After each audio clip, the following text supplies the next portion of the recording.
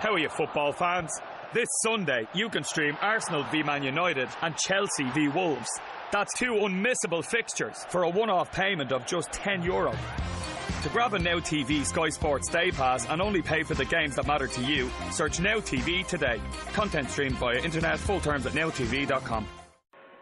Hello, this is TJ Morris, CT Radio, and we are now live on the air with Janet Carol Lessin and Debbie Solaris. Welcome, ladies. This is Spirit Science Metaphysics today. Can you hear me? Hi. Yeah, I didn't know if you could hear me. It was really a weird blank silence before the show. Normally I can hear other things. But go ahead. We're glad we're here. Can you hear me? Yes, I can. This is Debbie Solaris, and I'm on as well. Wonderful. Janet, why don't you go ahead and introduce Debbie to our listening audience, and we'll get started here. Okay. I'm Janet Carol Lessin and Theresa J. Morris, and we're co-hosts, and today we have our special guest, Debbie Solaris.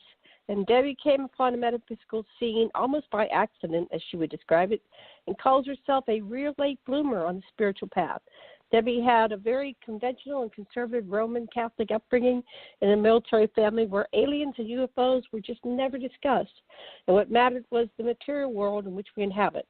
Although she had an ordinary childhood, she always felt like she was different from the people around her, as she was a lot more sensitive and introspective than her family members. She spent her formative years traveling with her family throughout Europe and Australia, soaking up all the history, art, and culture of each place they visited. She was fortunate to have loving and progressive parents who wanted her to experience the world and everything it had to offer.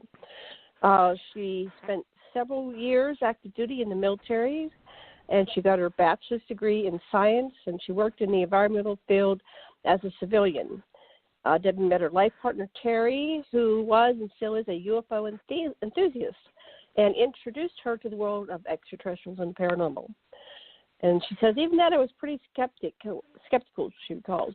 Although Terry has had a lifelong curiosity and fascination with aliens and UFOs, they just didn't seem all that real to me, especially as a scientist and environmentalist. So eventually her curiosity got the better of her, and she started attending local spiritual classes and metaphysical workshops. Anyway, I've got a long bio, but let's see. In 2012, I'll read down to lower. 2012 had a couple very intense out-of-body experiences where she found herself in the interior of a huge Arcturian mothership and saw herself interacting and communicating with Arcturian and Pleiadian extraterrestrials, and these are the very ones she previously didn't believe existed. Why you chose to bring me on board, I have no idea, says Debbie. I'm about as ordinary, unremarkable, and conventional as they come. So we're going to talk to Debbie about her experiences, and I'll pass it back to you, TJ. Are you ready to have Debbie on, or you have more to say? Yeah, the metaphysical scene, so to speak. And tonight, Thursday, we've got you on Aquarian Radio in Hawaii, and I'm in Gulf Breeze with TJ Morris ET Radio, and my company is American Communications Online. And we'll have you showing up at a lot of places, in iTunes, Spreaker, Stitcher, YouTube, and FM radio. So what would you like to share with the listening world? Because we're going to be sharing a very big audience with spirit, science, metaphysics, ET, and the three women, the power of three here, which isn't very conventional. But apparently you started off like most of us, apparently in America. But could you give us an idea of where you were born? And I was Navy, and I'd love to hear what branch of military you were in, and then how you became an entrepreneur and especially a metaphysician, and how you use your psychic abilities. It's a long, drawn-out process. But Janet covered a lot of your story here, so we sort of get an idea. Yeah, she sure did. Okay, and a mad painter. Mad painter's here too. My whole intro. No, I'm just kidding. Thank you both for having. Is it three of you or just two of you? I'm sorry. Well, our producers in the chat room. I guess I should probably open that up. But Janet, I've invited a mad painter over here too because he's into all this otherworldly stuff. So he's here. So Mad Painter, you're welcome to come on. He very rarely has time to get into our chat, but I'm just letting you know, Mad is a wonderful artist and author and poet, and of course, he's welcome to come on too. But we have a lot of people from all over. Now, Mad's over in Georgia, and he does Revolution Radio with Janet, and I used to have time to do those shows. So then Janet will post this over on her shows as well. But where do you want to start? I'd like to know, like I grew up in Monroe, Louisiana. I'm 67 years old now, and I've watched the world change and worked in the military before we had the internet and helped us change over from the big, computers to we were with Wang, and then we went to Microsoft and all of that in Hawaii.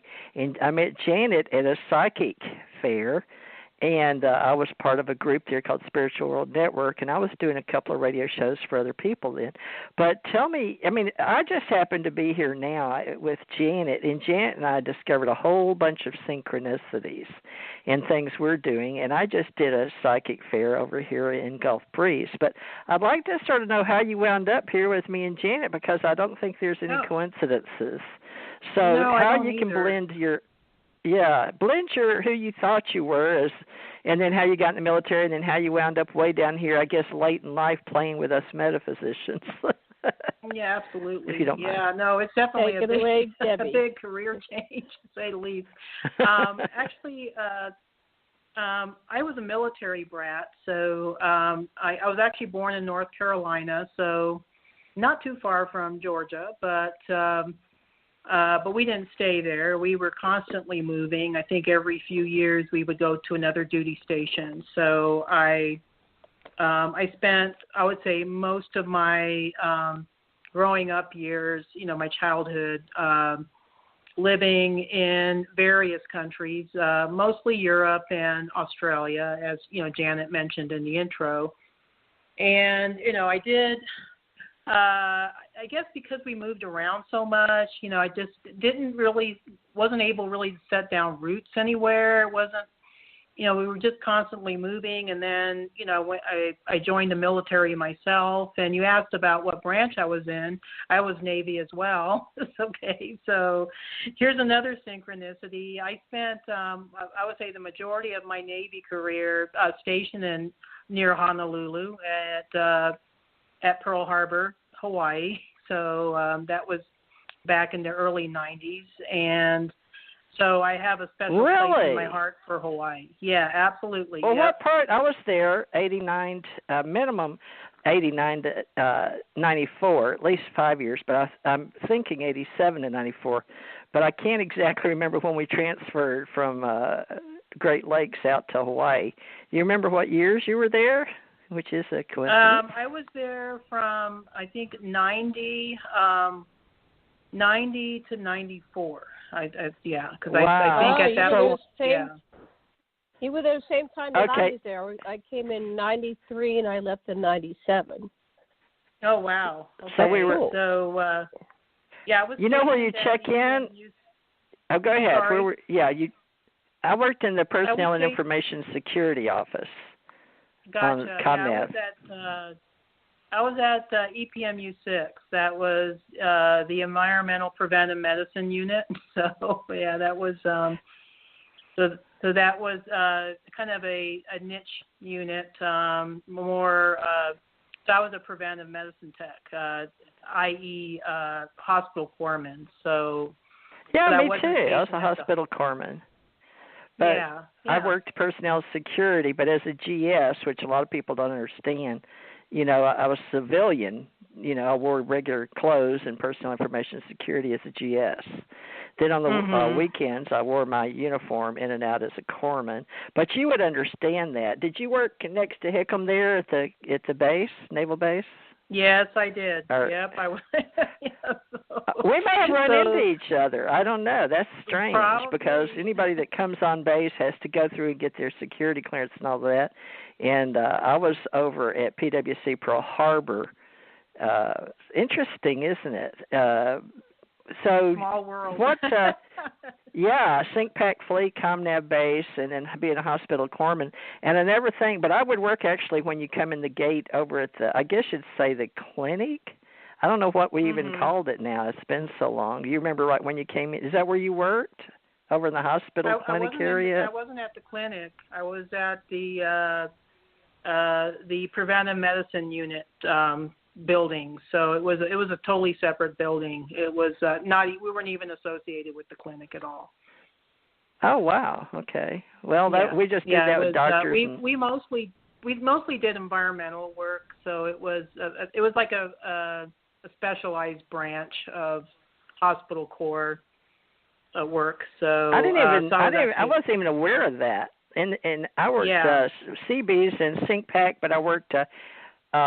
We had an anthropologist that worked with an archaeologist worked with our group when I worked with the CB. So it's really complicated because people can be in the area and never know each other exist, and a lot of people don't understand that, right? Unless you came across my desk at the identification for mostly civilian contractors during the week, if you know what I mean. Right. And it's clearances, briefings, debriefings, things like that.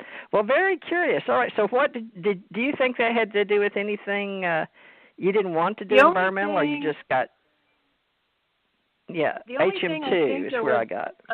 I think my higher guidance, because originally I wanted to, when I got out of preventive medicine training, I wanted to go to Europe, so I, put in, when they ask you, which duty station would you prefer, and I put down Europe, because I loved Europe.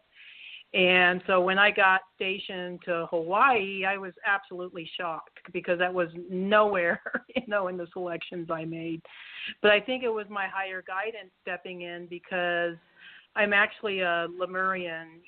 I've had Lemurian past lives. I have I consider myself a Lemurian soul. So when I actually arrived in Hawaii, I felt like I had come home. I mean, I just felt like there was, and that was long before I was awakened. I wasn't even aware of what Lemuria was. I just knew that there was something special, and there was maybe a higher purpose why I was sent to Hawaii instead of Europe. So we called it MU, M-U. Yeah. It was James Churchwood, and he's saying it had a lot to do with the Lemurs, and so you have to look at the history of why they even started calling it Lemuria. But the kids today, they use Lemuria versus MU, M-U. But but I'm like you. When I was living in Hawaii, we said Lemuria too, because people would generally know what you're talking about if they've read the history of Mu, or where we got all that intel before before the books were written, or the later guys. Right. So that's good. So Janet, I think it was just. I don't know if Janet feels that way. Wait, let's just Debbie tell her story for about 10 minutes, and then we'll ask her questions. Okay, TJ? Let's let her do her little. You asked her to tell her story, so let her tell her story, and then we'll ask questions. Okay? Lemuria. Okay, go ahead, at Lemuria. Go ahead, Debbie. Yeah, go ahead. Okay. I guess as far as myself, Janet, you did a wonderful job of paraphrasing my intro in a few minutes. So I'm just going to kind of try to fill in the gaps. But I actually, like I said, I grew up in a very conventional family. We were heavily Roman Catholic. We didn't talk about metaphysics at all. I mean, it was, and then back in those days, back in, I think in the 80s they were starting to get more, metaphysics was starting to become more online. But back in the, 60s and 70s when I was growing up, I mean, you just didn't see any metaphysical information out there. And if they were always in the occult section of the bookstore. I mean, it was just like, and it was, usually astrology or tarot, so, and it was considered very, very woo-woo back, in those days. So as I was growing up, even though I did travel extensively to other countries, we just didn't talk about UFOs or or metaphysics or the paranormal. It just wasn't a topic that was on my radar at all. So when I, decided to, I just decided, after my military career, I had, while I was in the military, I did get a degree in environmental science. Okay, so I decided to work as a civilian in the environmental field. I've done that for probably over 30 years now, and I am retiring this month from the current agency I work for. So, woohoo! That's a big step. But congratulations! Yeah. Thank you. Yeah, it was a long time coming, but my guides were kicking me in the pants. They were telling me, you can't do the 3D work anymore. Get out. So anyway, getting back to my story, I just didn't really, I wasn't really that interested in the paranormal or in UFOs. I didn't really believe in them. But then I started dating this man, the man that's now my current partner, Terry. We've been together now 17 years, but I started dating him, I think, back in the early 2000s.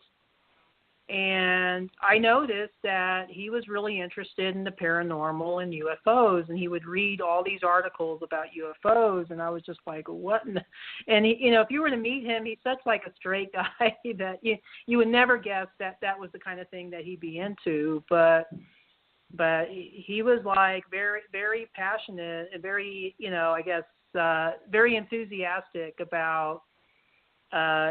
So when I say he was a UFO enthusiast, I do mean that. He was very enthusiastic about reading anything he can get his hands on, UFO disclosure or ufology or anything that, deals with extraterrestrials and aliens. And I just thought, okay, my partner's a little wacko, but, I can roll with maybe we better have him on. Make sure he's our kind of wacko. Yeah, I mean, Good.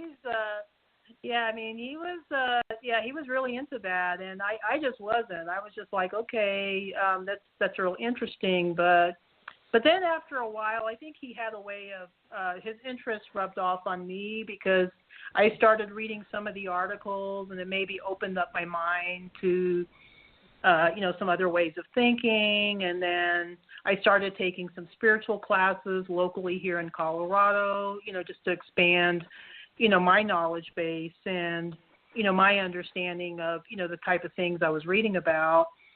But even then, I didn't really think that I had a special gift or that I really had anything really significant to offer, in metaphysics. I was just kind of curious, So everything changed when Terry and I decided we were going to take our relationship further, and we were going to, move in together and start our lives together as a truly a couple, because we had this long distance relationship for a while, and so we decided to move forward and buy a house in Castle Rock, which is between Colorado Springs and Denver. He lived in Denver, I lived in Colorado Springs. So then, to make a long story short, it was kind of a stressful time. There was a lot of transitions. We were having a hard time finding a place to live, and there was just a lot of things going on in our country and also in the world, because in 2012, that's when everybody was talking about the end of the Mayan calendar. And, there was all that talk. And then there was the elections that were going on, in the United States during that time. And there was, I guess some other I had concerns about the environment, had concerns about the economics, because it didn't look like things were really going well for the United States. And so I had a lot of worries. And so one night I sent out a prayer to the universe. It was just a general prayer, but it was a very empathic one, but I just asked for assistance with our planet because it didn't look like things were going very well, you know, with the way the current circumstances of our economic and the environmental situation especially. So I sent a prayer out to every higher dimensional beings that I could possibly think of. So I asked Jesus, ascended masters, archangels, the whole angelic realm, and then I even included our space brothers and sisters, even though I wasn't even sure they existed. But I thought, what the heck, you know, I might as well, if they're existing, I might as well ask for their help too. And I spent all night. I was really worried, and I was just asking for, you know, for peace and divine assistance for our planet to make things better, you know, for all the people on our planet. And I didn't hear back for about 2 weeks. I mean, nothing happened after I did my very earnest prayer, you know, out to the universe. So I just figured it was, you know, same old, just business as usual. So I just, you know, kind of went on with my life. And I think I said the prayer, it was in May. It was like in 2002, May of 2002. But it was sometime in June when I went to sleep, and when I came to consciousness, I was in a completely different place. And I knew it wasn't a dream. I'd never had any kind of dream that was as real as the experience I was having. It wasn't even a lucid dream. It was just very, very real. It was like I was in some sort of hyper reality. And as I looked around, I discovered, you know, that it looked like I was in the interior of a large starship. And it didn't really look like anything that I have ever seen in Star Trek or Star Wars or any of the sci-fi movies. It was very much more organic, I guess. The materials were not metallic. They were made of light and plasma-like substance. It seemed very organic. And the ship itself was huge. It was city-sized. And it was seemed like it was technology that I've never seen. It was just beyond anything that we've even, you know, can conceptualize on sci-fi shows. So everything in this reality seemed a lot sharper, a lot brighter. You could see energy emanating from you know objects and beings. It was I don't know, just I knew I was in some sort of alternate dimension, because it was not, it definitely wasn't third dimensional anymore. Some of the colors I saw, I think, were even outside the spectrum of what we see here in third dimension. There was colors I couldn't even describe. So it seemed like the ship was kind of guiding me to a room. Like I said, the ship was, I think, seemed to be like a sentient being in itself. It kind of responded to its inhabitants or who was on board the ship. It led me to a room. It was a large room, and there was about 4 or 5 extraterrestrial beings that were waiting for me in this room, and they were definitely not human.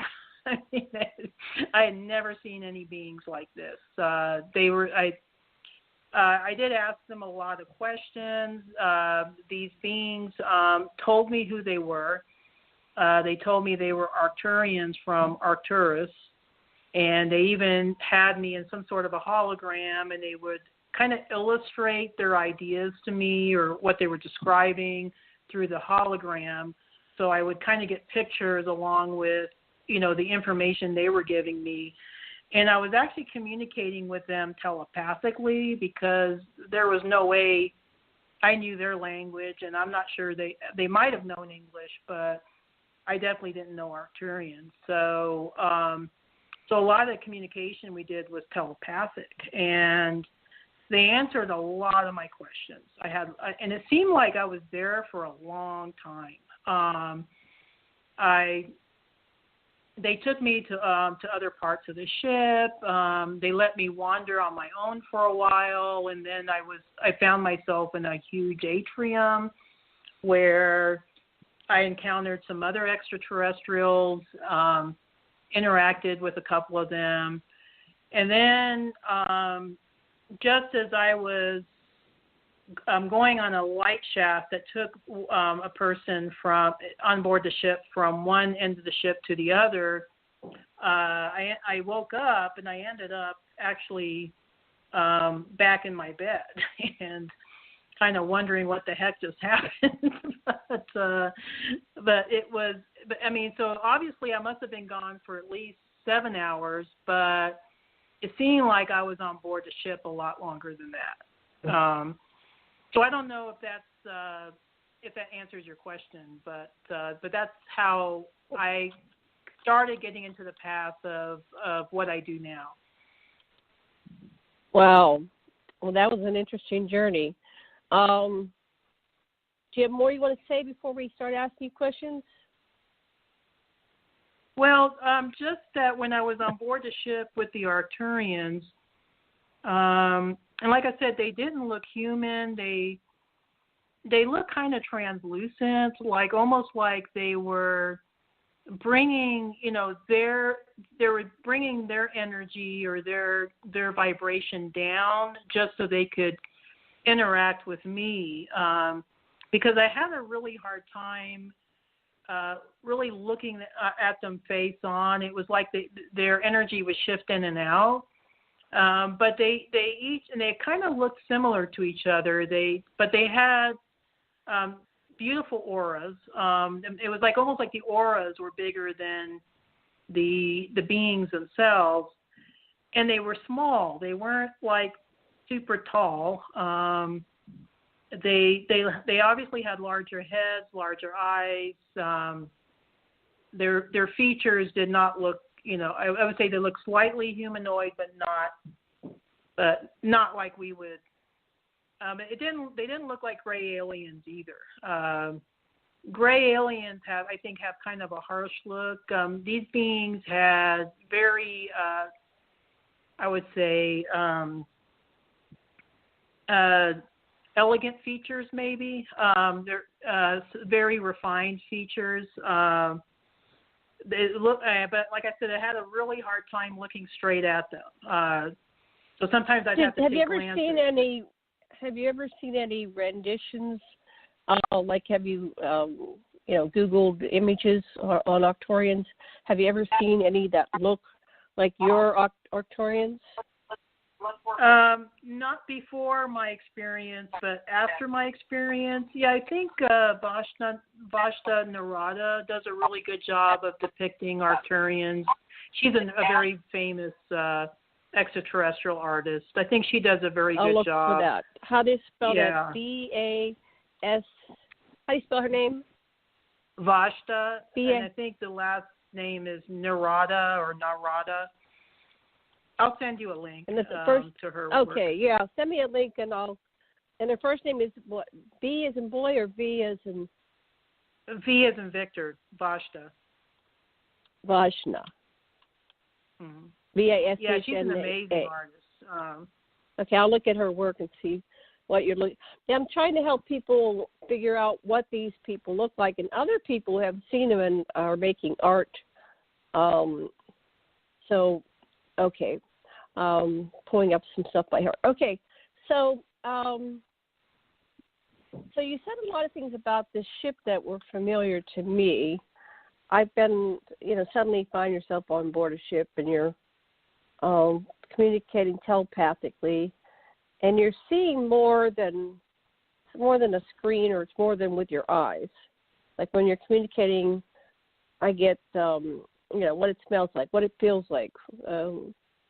All kinds of senses are in overwhelm around whatever you're it's communicating. Definitely that's why I call it a hyper reality, because you're definitely, I think, able to pick up on much more information than you do in third dimension. So so you're getting not just words through telepathy, you're also getting pictures. And then they had some sort of hologram that they had me in, and then I was getting information through the hologram, and then a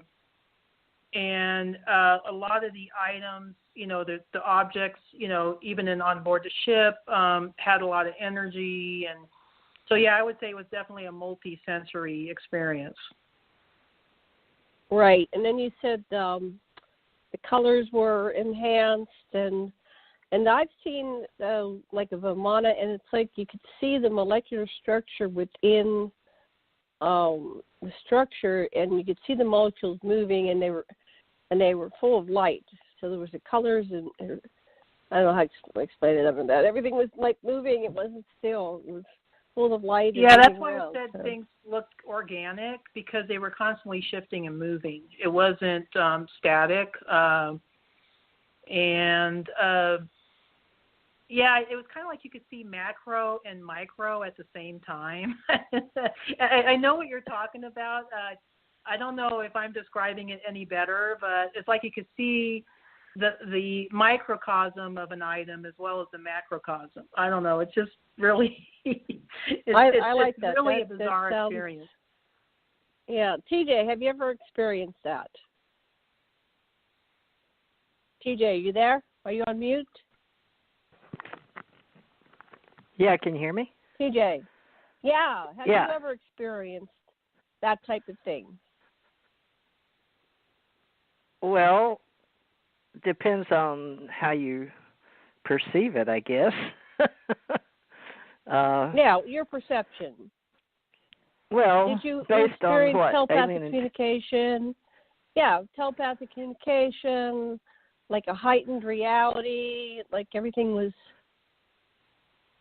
It was more than a dream and less than reality. I don't know how to explain it, but.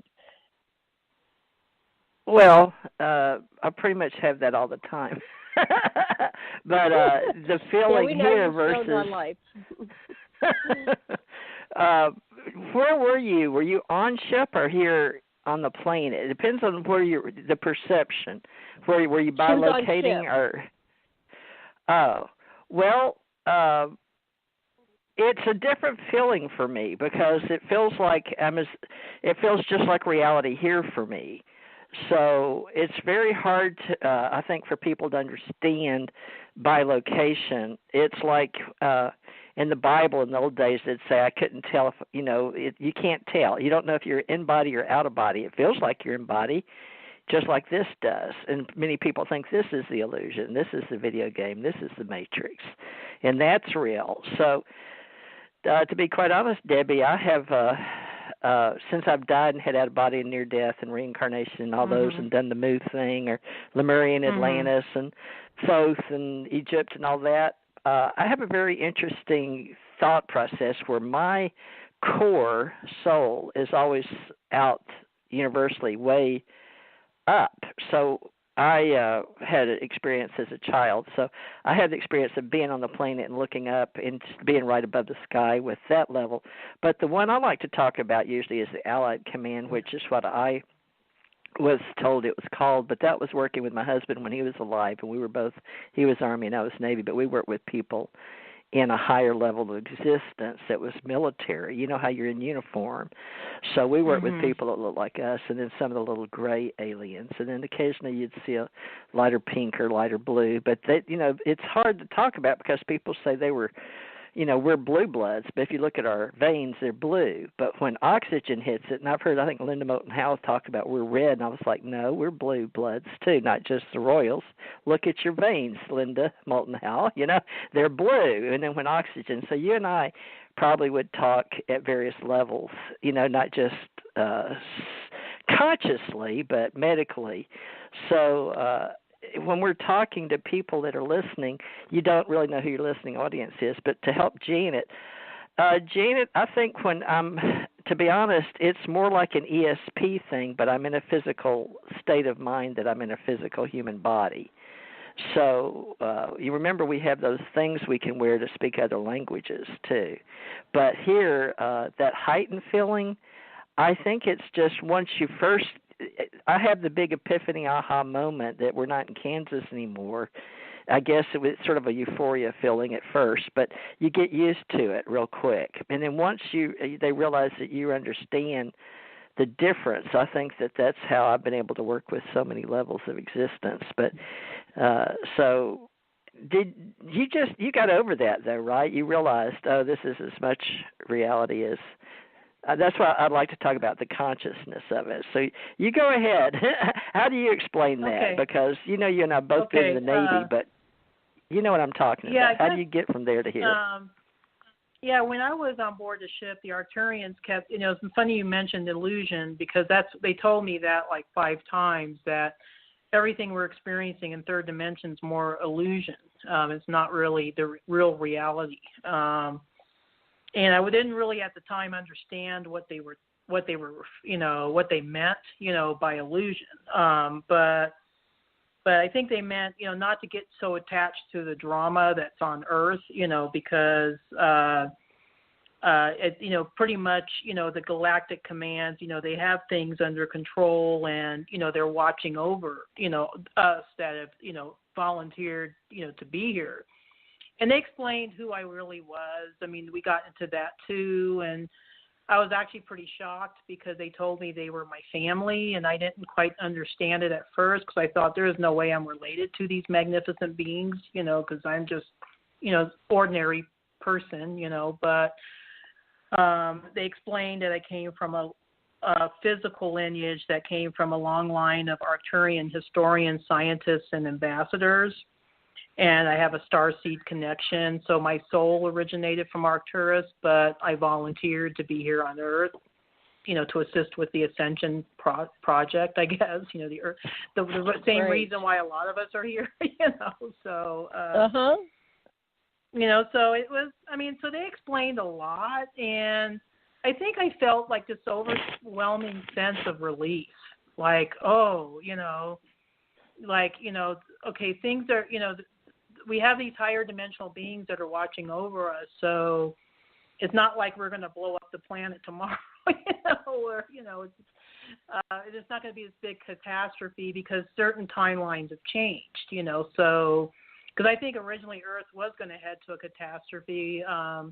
There's been talk of World War III, for decades, but.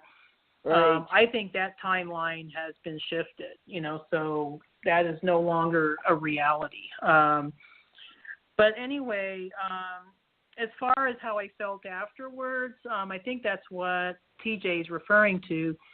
I guess I felt kind of like out of place after I came back to, to third dimension, because I had experienced, the higher dimensions. It must have been at least fifth dimension that I was in, if not higher than that.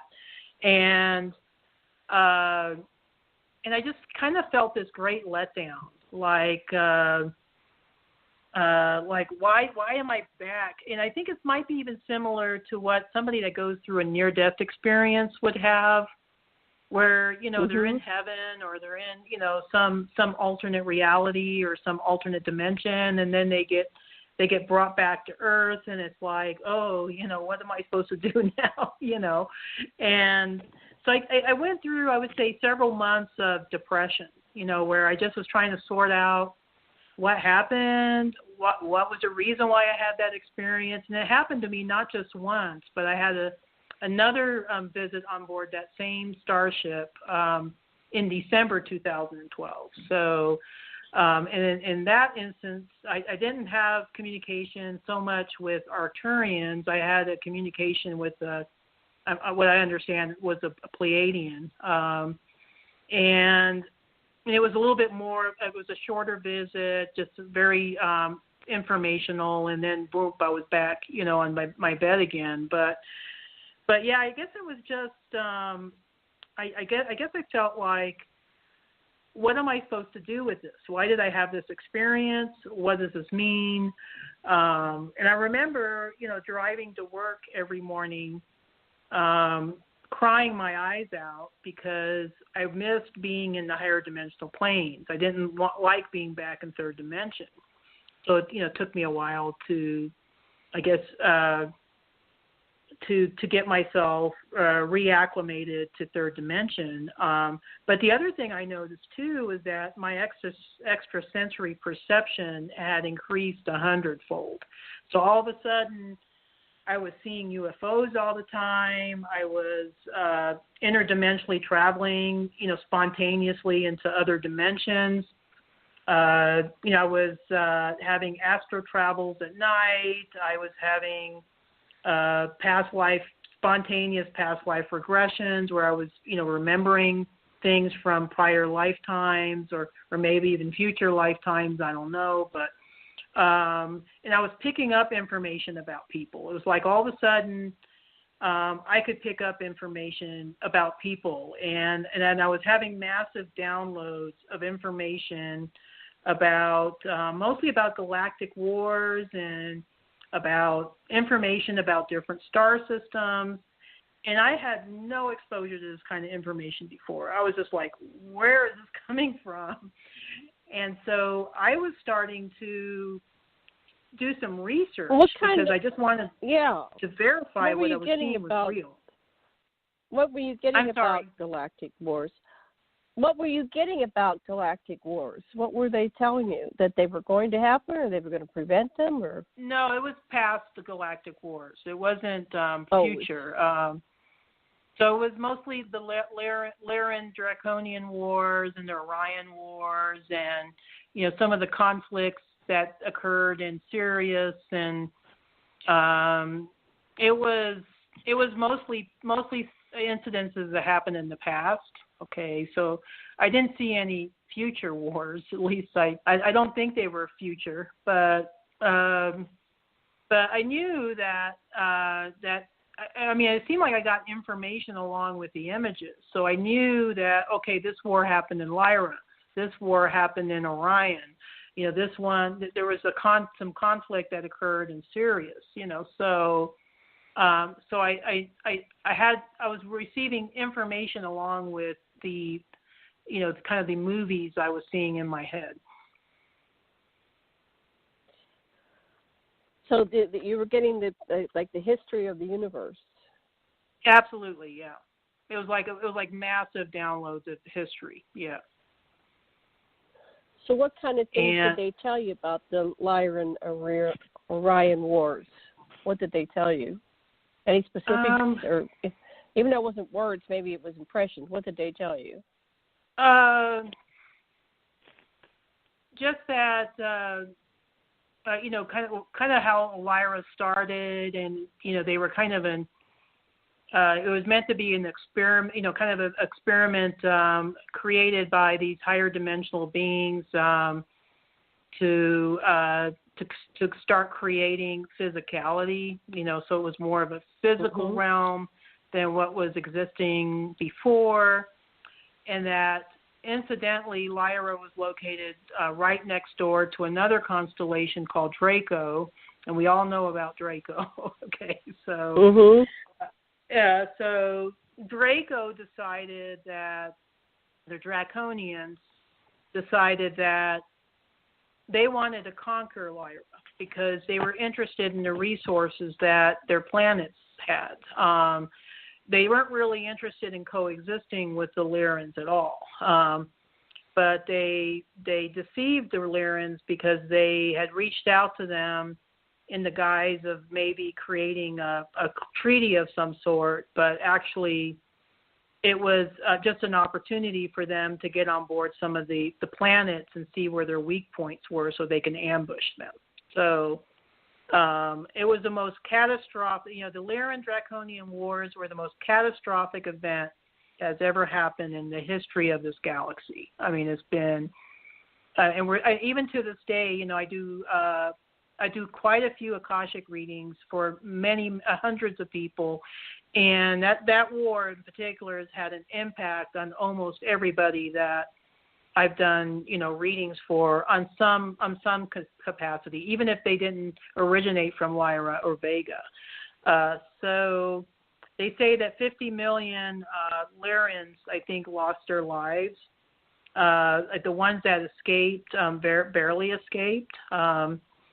And then, it seemed like after Lyra was destroyed, there was actually, I think, several planets that were completely annihilated. And I saw these images in my head, and it was horrendous. World War I and World War II was really bad here on Earth. The only thing I can think of that might have been on the same level was maybe the bombing of Hiroshima. Okay, but that's how bad it was. It was horrendous. So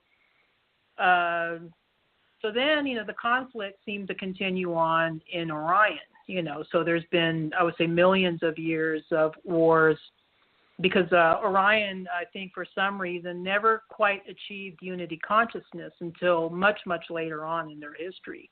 And they just recently achieved unity consciousness. So they're like the newest member of the Galactic Federation. So I don't know if that answers your question, but I downloaded a lot of information.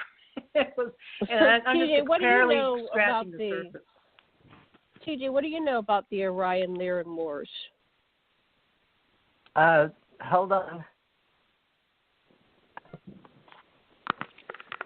Sorry. I have to get my other phone. I was listening on my cell phone, and I have to unmute my one. I put the show on. Apologize for that. The type of information I received.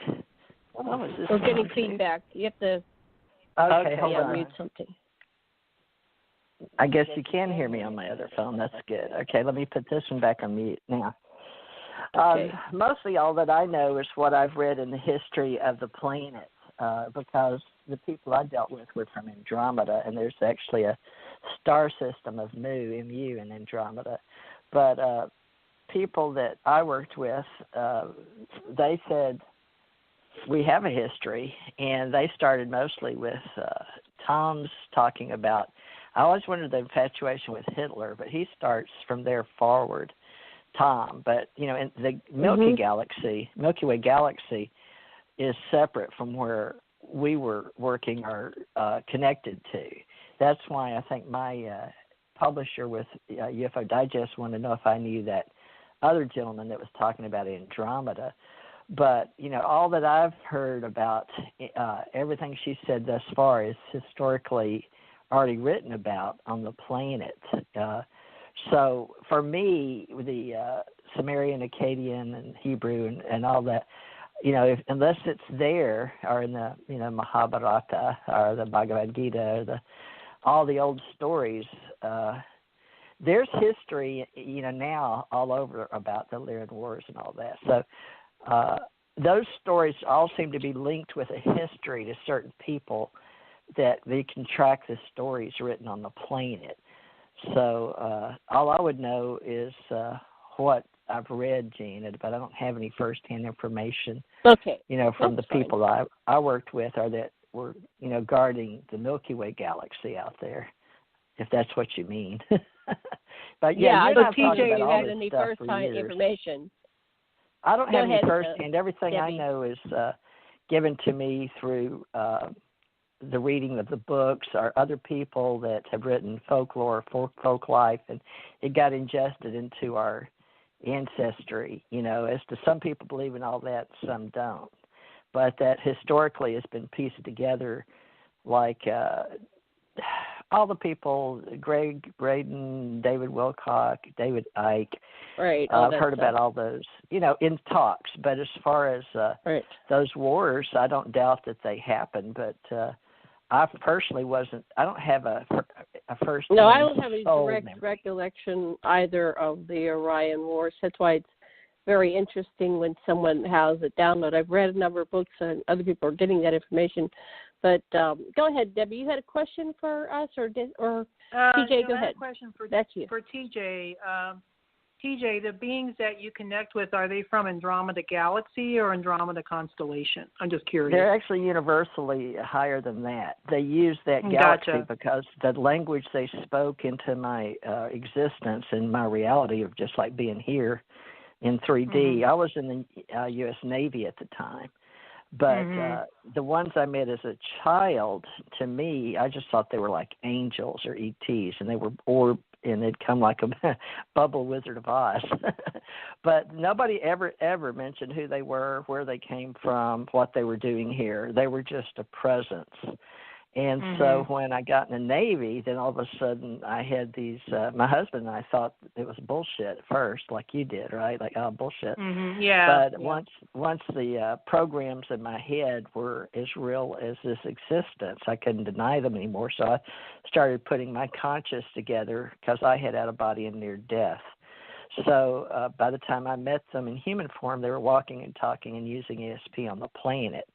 And then when my husband and I worked underground and we met the ships, the shuttles that would go back up to what Janet calls the secret space program, but I call it the UFO secret space area. It's a different level, and I try to teach it as above it's stellar, but it's above. So they would never commit. But the best thing I could get I worked in this program 20 years, but in the last, 85, you and I were working in the Navy, 85 to 93. So I didn't learn till I was assigned to my husband, 94 till he died in 2015.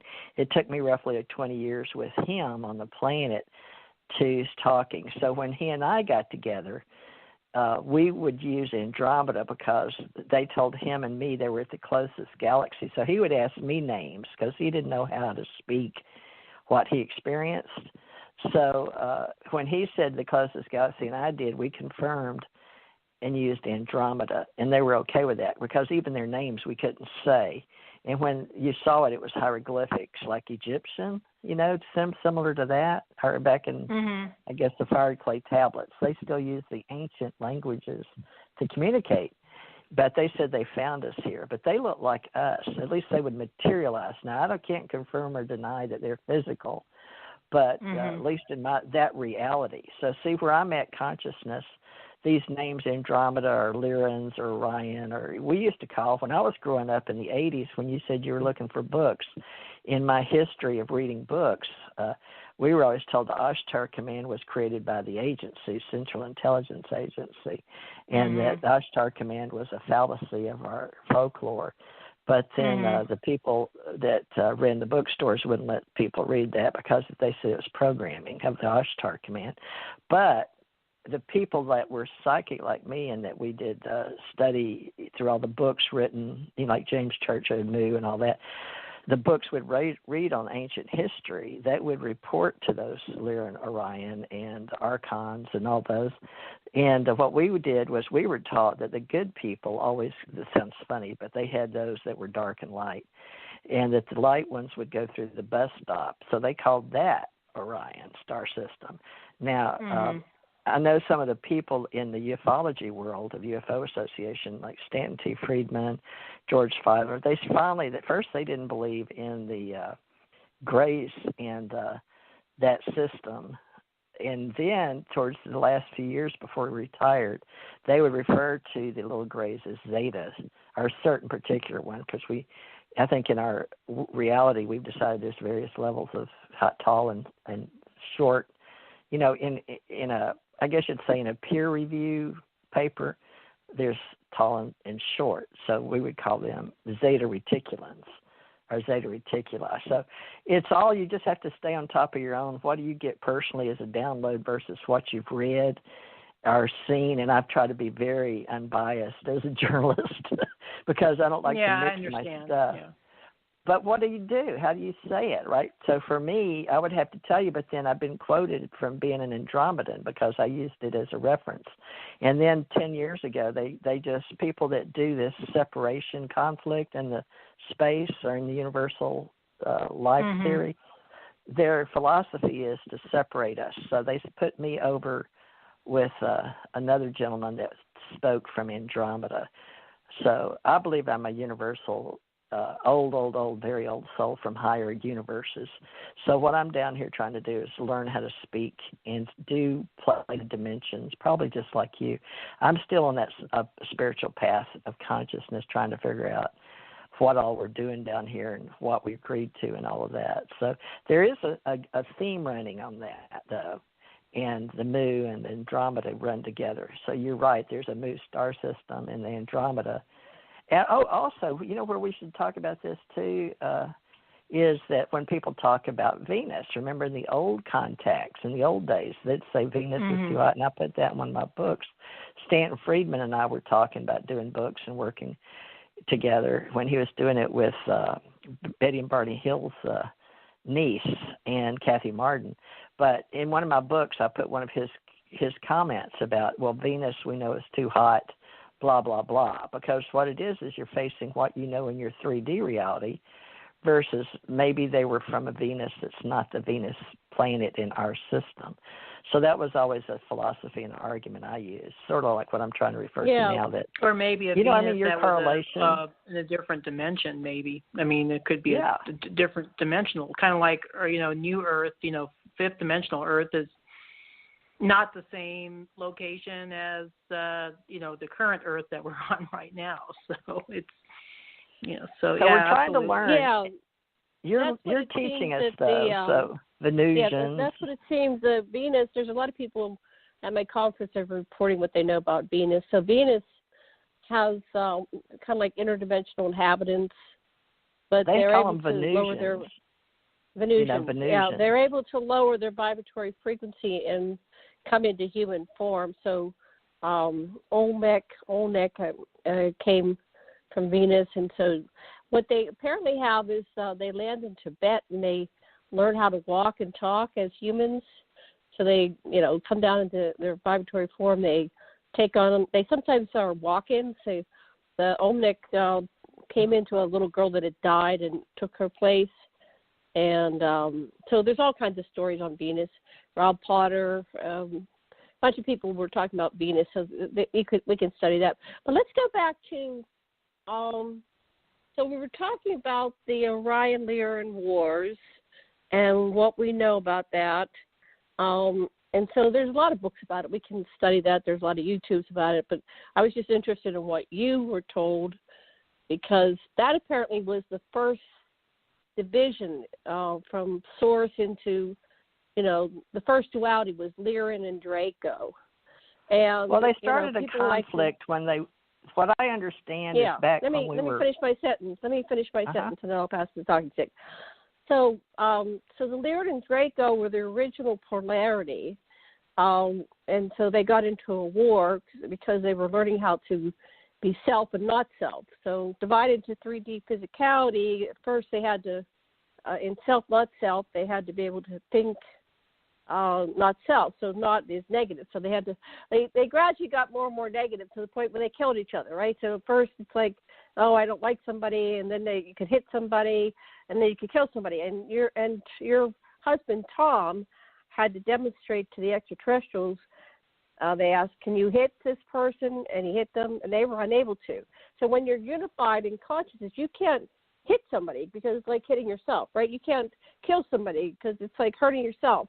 But when you have this self-sense of being separate from one another, then you can hit, hurt, and have war. So this was part of the experiment of self and apparent other that they eventually ended up warring. But if you track it back down, I got this the other day from somebody I was talking. I was doing a session with a girl, and she channeled, and she said, no, the Lyrans were. She was afraid of the Lyrans, and I go, I thought the Lyrans were the humanoids, And she said, well, so we worked through that with her therapeutically. But if you look at the royal crest of the, in the UK and other different, what do you call those, crests, they have the Lyran and the Draco on either side of the crest, right?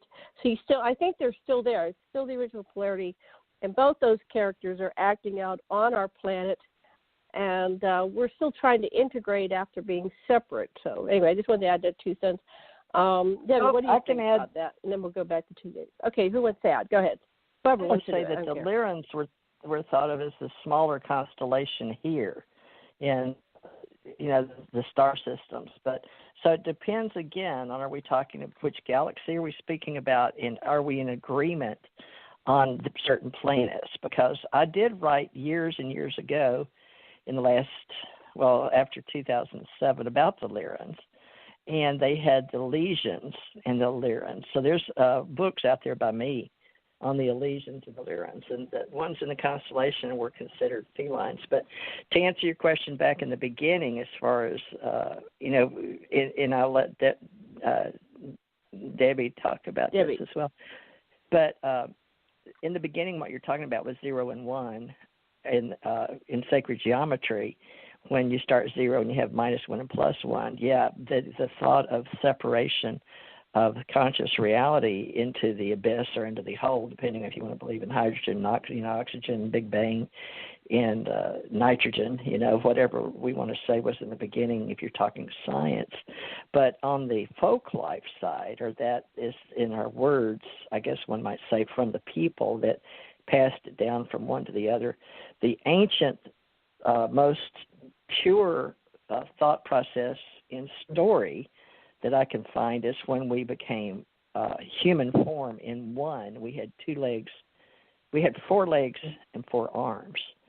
And then we decided the women had the baby. We were female. And we split off. Some of them, it sounds like, what is that show on TV with the famous woman that runs around? What's her name? But Xena.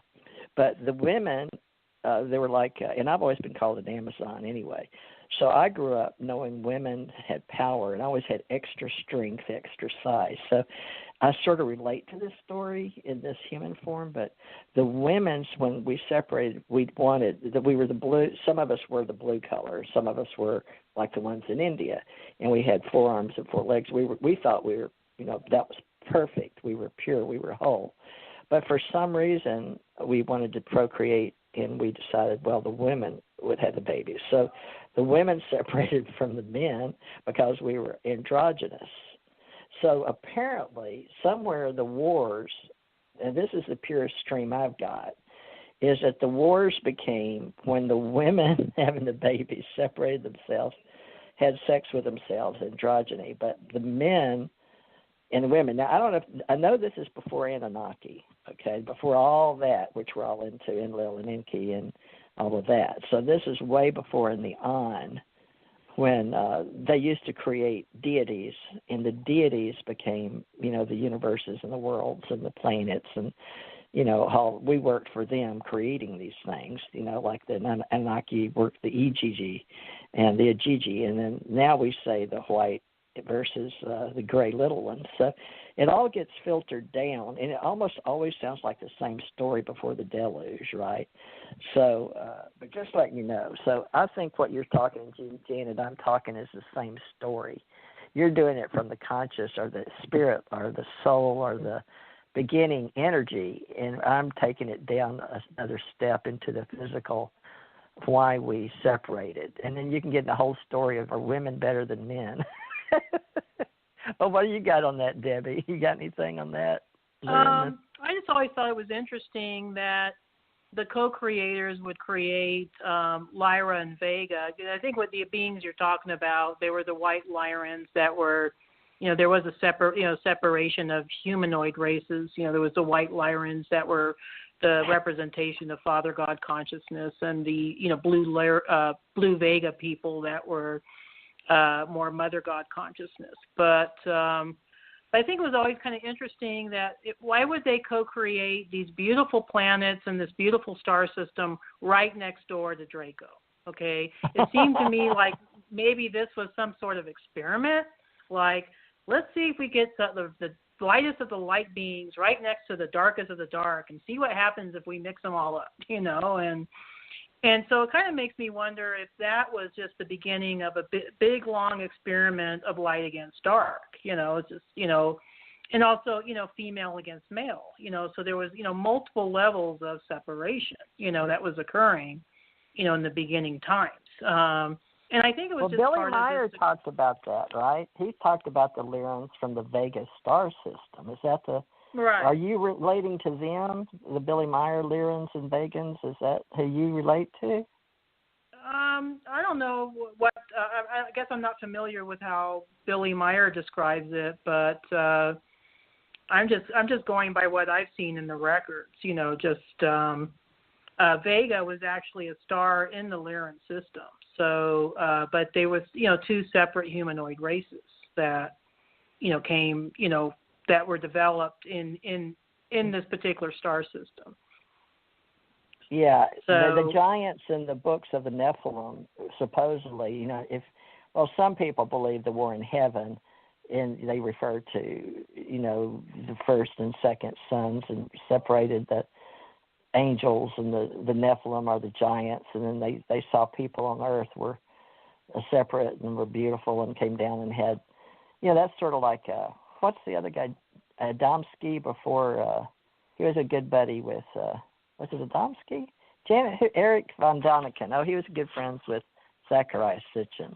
But he likes to tell the Lyran Nordic features and Elohim and came down and, the giants. So I've heard him recently. He's back on that. But he doesn't want to have us following him and his storyline either. None of us want to be quoted as, well, wait, yeah, we know about this and we've read about this, but downloads is one thing and being there is another. So this is why I think you're important, is you have the intelligence to help Janet and I and all the people in this group is to start learning how many different stories are out there and where is the folklore, where does the original story start. So we use etymology and ontology and study the words.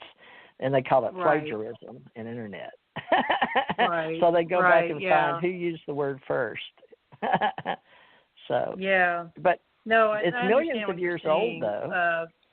But somehow I think the history of a lot of these various star systems that we're aware of right now, they all have this great importance because they're all offshoots of the original Lyra Vega draconian conflict. Okay, so I think there was almost like two conflicts going on, during that beginning time. There was the light against the dark, and also the male against the female. And I think you had described that beautifully, with some of your depictions of the separation of, the female entities from male entities. So, and that gets us into a whole other discussion about twin flames and yeah, exactly. People trying going. to find their other halves, so yeah. Yeah, well, you got to be where the women questions. were having the babies and the men wanted to have the baby. They're like, well, the women felt like they were superior because they were having the babies, and they're like, well, wait, can't we have the babies too? So all those stories happen, and who's important, the men or the female? And then it got to be where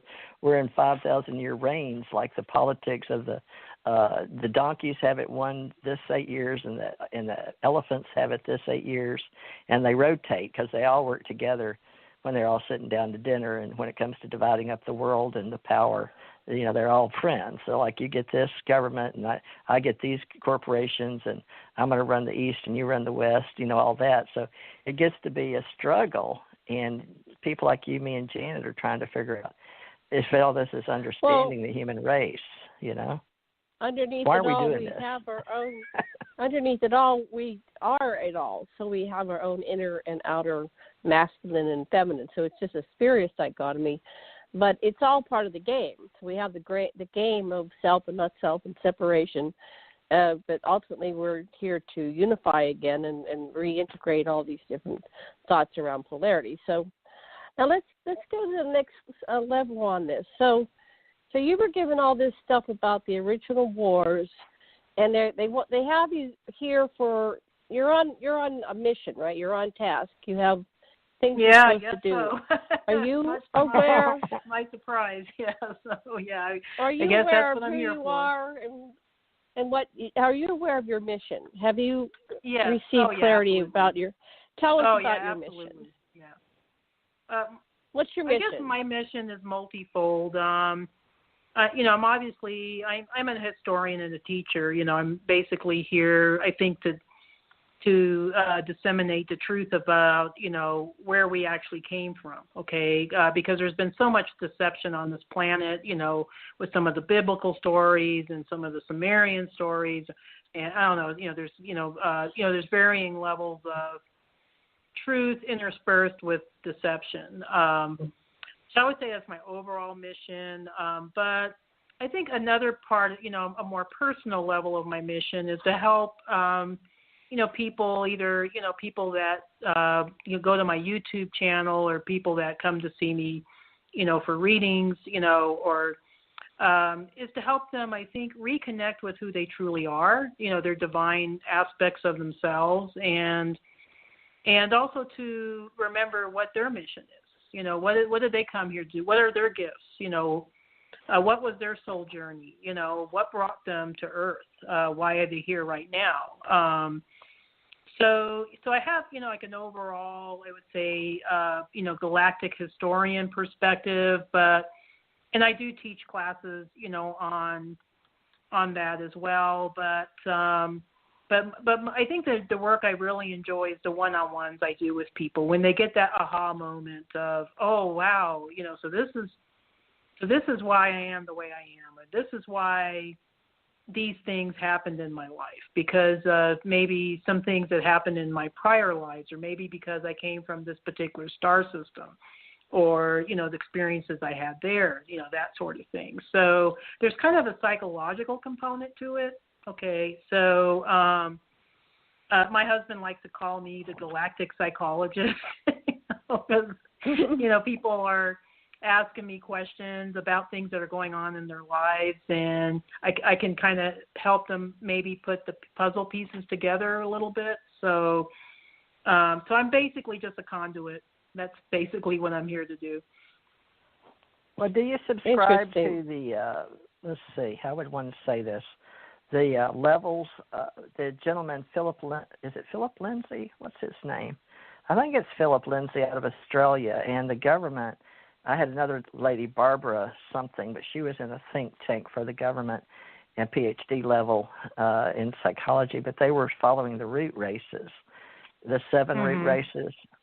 Yeah. Have you ever heard his YouTubes of the history of humanity and the I haven't root personally races? I've heard of the concept. I haven't heard personally the root race YouTubes, but I've had other people tell me about that, and I'm like, well, yeah, that sounds like kind of like what the downloads I've been getting from the records. It's just there was quite a few extraterrestrial visitors that we had here on Earth, and they all had a hand, or many of them had a hand in manipulating the human genome. Okay, so. And like I said, that was probably another big experiment, so. Yeah, I don't know how the Lyrans and Vegans got taken over, except the people were referring to them, and they even wanted to take over the Andromedans. It got to be where the Vegans and Lyrans were, supposedly interbreeding with the events, but the Book of Enoch and all that, Enoch. But in addition, Nordic-looking humans, they said because we were Nordic, are from Norway, are really from, we're Norwegian, are from up in the Tibetan mountains, etc. People say, we talk about this, oh, we're starseeds, oh, we're Lyrans, and they'll say, no, Andromedans, you're an Andromedan, you're from, you're Lyran descent, because all Andromedans, I'm like, wait, whoa, where do y'all get all this? It's all, the galaxies and the universes and all of the star systems and all of that. So mostly from what I've seen in the last 30 years in metaphysics is everybody's been breaking it down, and the stories got accepted as stories, and Billy Meyer is a key figure, along with the Book of Enoch and then Zacharias Sitchin.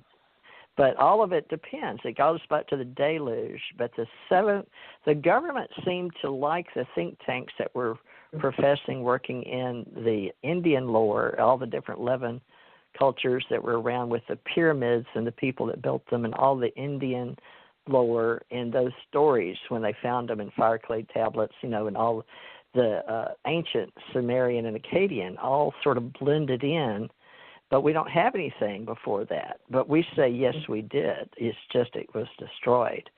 So now they're saying, well, we're going to rewrite history. So I'm not sure where this is going to go, with a real proper motion of the planets and all that, because we're just getting where we understand time, space, and gravity. So it's all about communication and the words we're choosing, because if this flips into another reality, all these words aren't going to matter unless we know what they mean.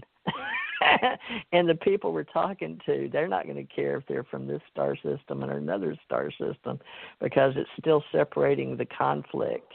And so the system that they set up to control, a lot of people still blame on the Anunnaki, and the Gigi, because they need them to mine gold for their planet coming through here every 3,600 years.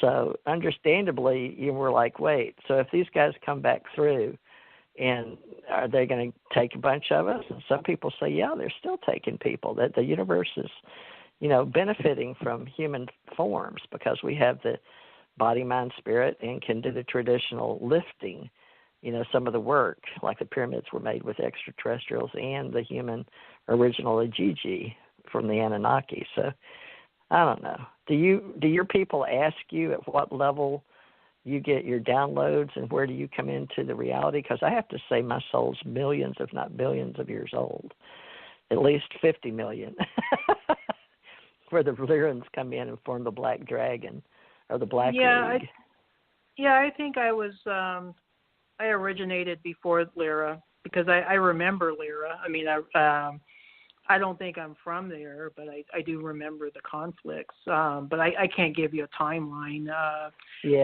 think the Arcturians had a different, they were a different consciousness, kind of separated from, a lot of people think Arcturians are Lyran descendants. No, they're not. They're from a different consciousness. They were meant to be, I think, the guardians, of this section of the galaxy, so we were kind of the record keepers and the gatekeepers, of souls, basically, because Arcturus is a stargate. A lot of people, I think, are aware of that, but it's a stargate where souls pass through. They get their life reviews, and then they get also their next incarnation assignments. But do you remember anything 40 million, that they use a 40 million year, they use a 22 million year, now that's human Earth, because you have to, when you talk about time, you got to remember that people here started using time is time very different in the higher dimensional realms. Yes. Yeah, and I experienced that myself personally. It seemed like, when I was on board the ship, I was there for a long time, but when I came, back to third dimensional reality, it was like I was just gone a few hours, so. Exactly. That's exactly the problem, because of the time-space warp, I guess one might say, or they're still conquering gravity here. Well, they can take you and return you like when we left. They go outside time and space, so that's it doesn't matter. They can bring you back 5 seconds after you left or before you left. Now, they always bring you back after you left. They never put back 15 seconds. There's some like you were saying, but they bring like you back Travelers. really close to when you left. Yeah. It's real close, but not the same for some reason, and I still don't know that. But I hope that in quantum physics and something in my lifetime, at least I get to figure out that second interval with time, space, and gravity. But, in time, there's no time, space, or gravity out there at all. So the only reason that people use years is because they're talking Earth language. Exactly. We have to talk Earth language. Yeah, that's time is relative when you're out in the higher dimensional realms. So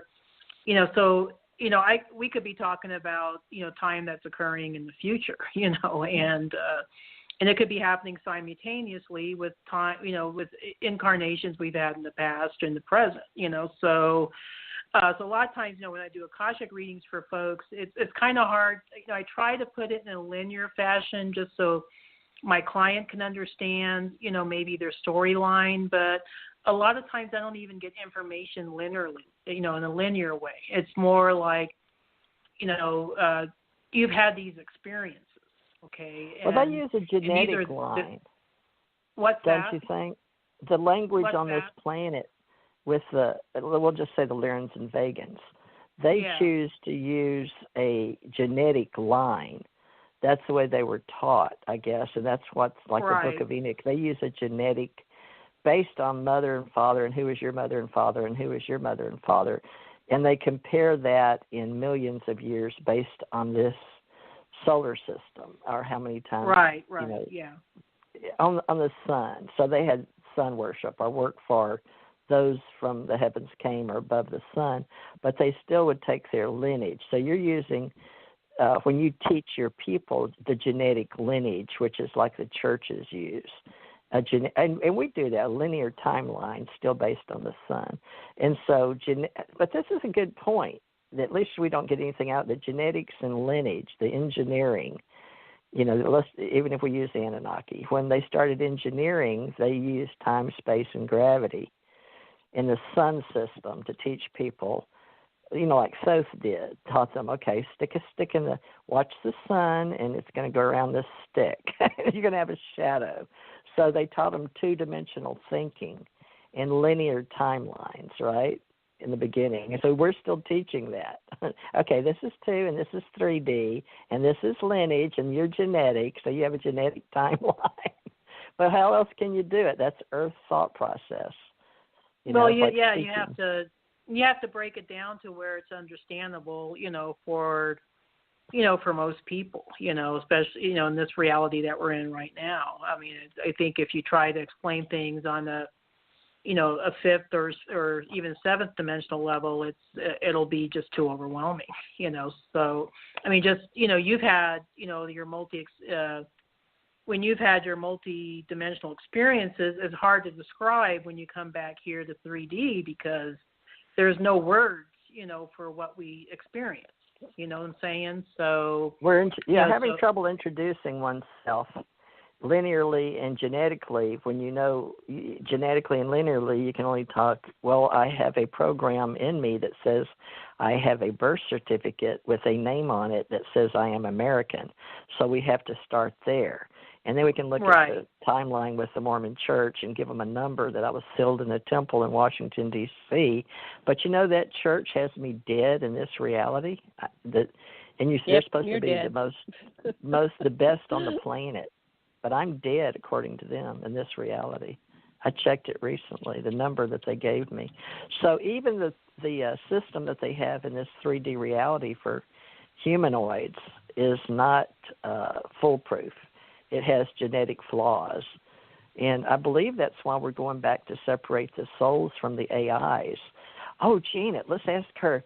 Debbie, did you get any downloads or did you have any firsthand experience with AI or those without a soul? Because one of my big missions, and I wouldn't talk about it for years with Janet or anybody because it scared the crap out of me.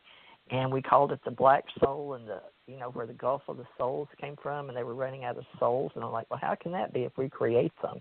But then it was the AIs.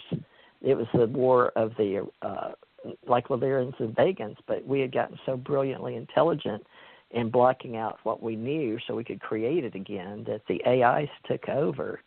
And then they didn't want the souls, so they sent people down here without the souls. And some are supposed to be walking around today. I think we're already AI. I think we're already been. I think we're like on. But you have a soul, Battlestar Janet, Galactica. I think I have but a soul, I know but I don't know this. I don't know that souls. I don't know about the souls, not souls thing. That's not proven, but in any way, shape, or form. I'm just about to talk. Well, with the brain you have, Debbie, what do you think? Debbie, what do you think about as soul, far as soul, AIs? I do think there's entities here that do not contain souls. I would agree with that. Have I encountered any personally? No, because that's not. I have. Those aren't the people that are that are attracted to me, I guess. But yeah, I do believe that there are entities here. They're mostly, I think, they call them MIBs too. The men in black are not just the people that work for the government, okay? There's men in black that actually originated from Orion that are, I think, they are monitoring things here on this, okay? They don't necessarily have souls, okay? They're just like, I don't know, like physical avatars that are being controlled by maybe, archons, that sort of thing, yeah. Like I've twice met people that had no souls, and it's shocking. Because when you meet them and you look in, we're drawn to look into people's eyes, right? But right. It's like falling into a well. It's like there's nothing there.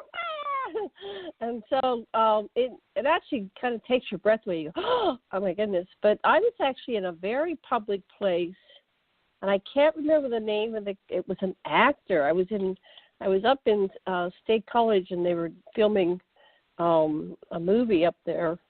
Oh, Hoffa. It was one of the actors. And I went over to the bar. They were just hanging out at this one bar on campus, right, off campus.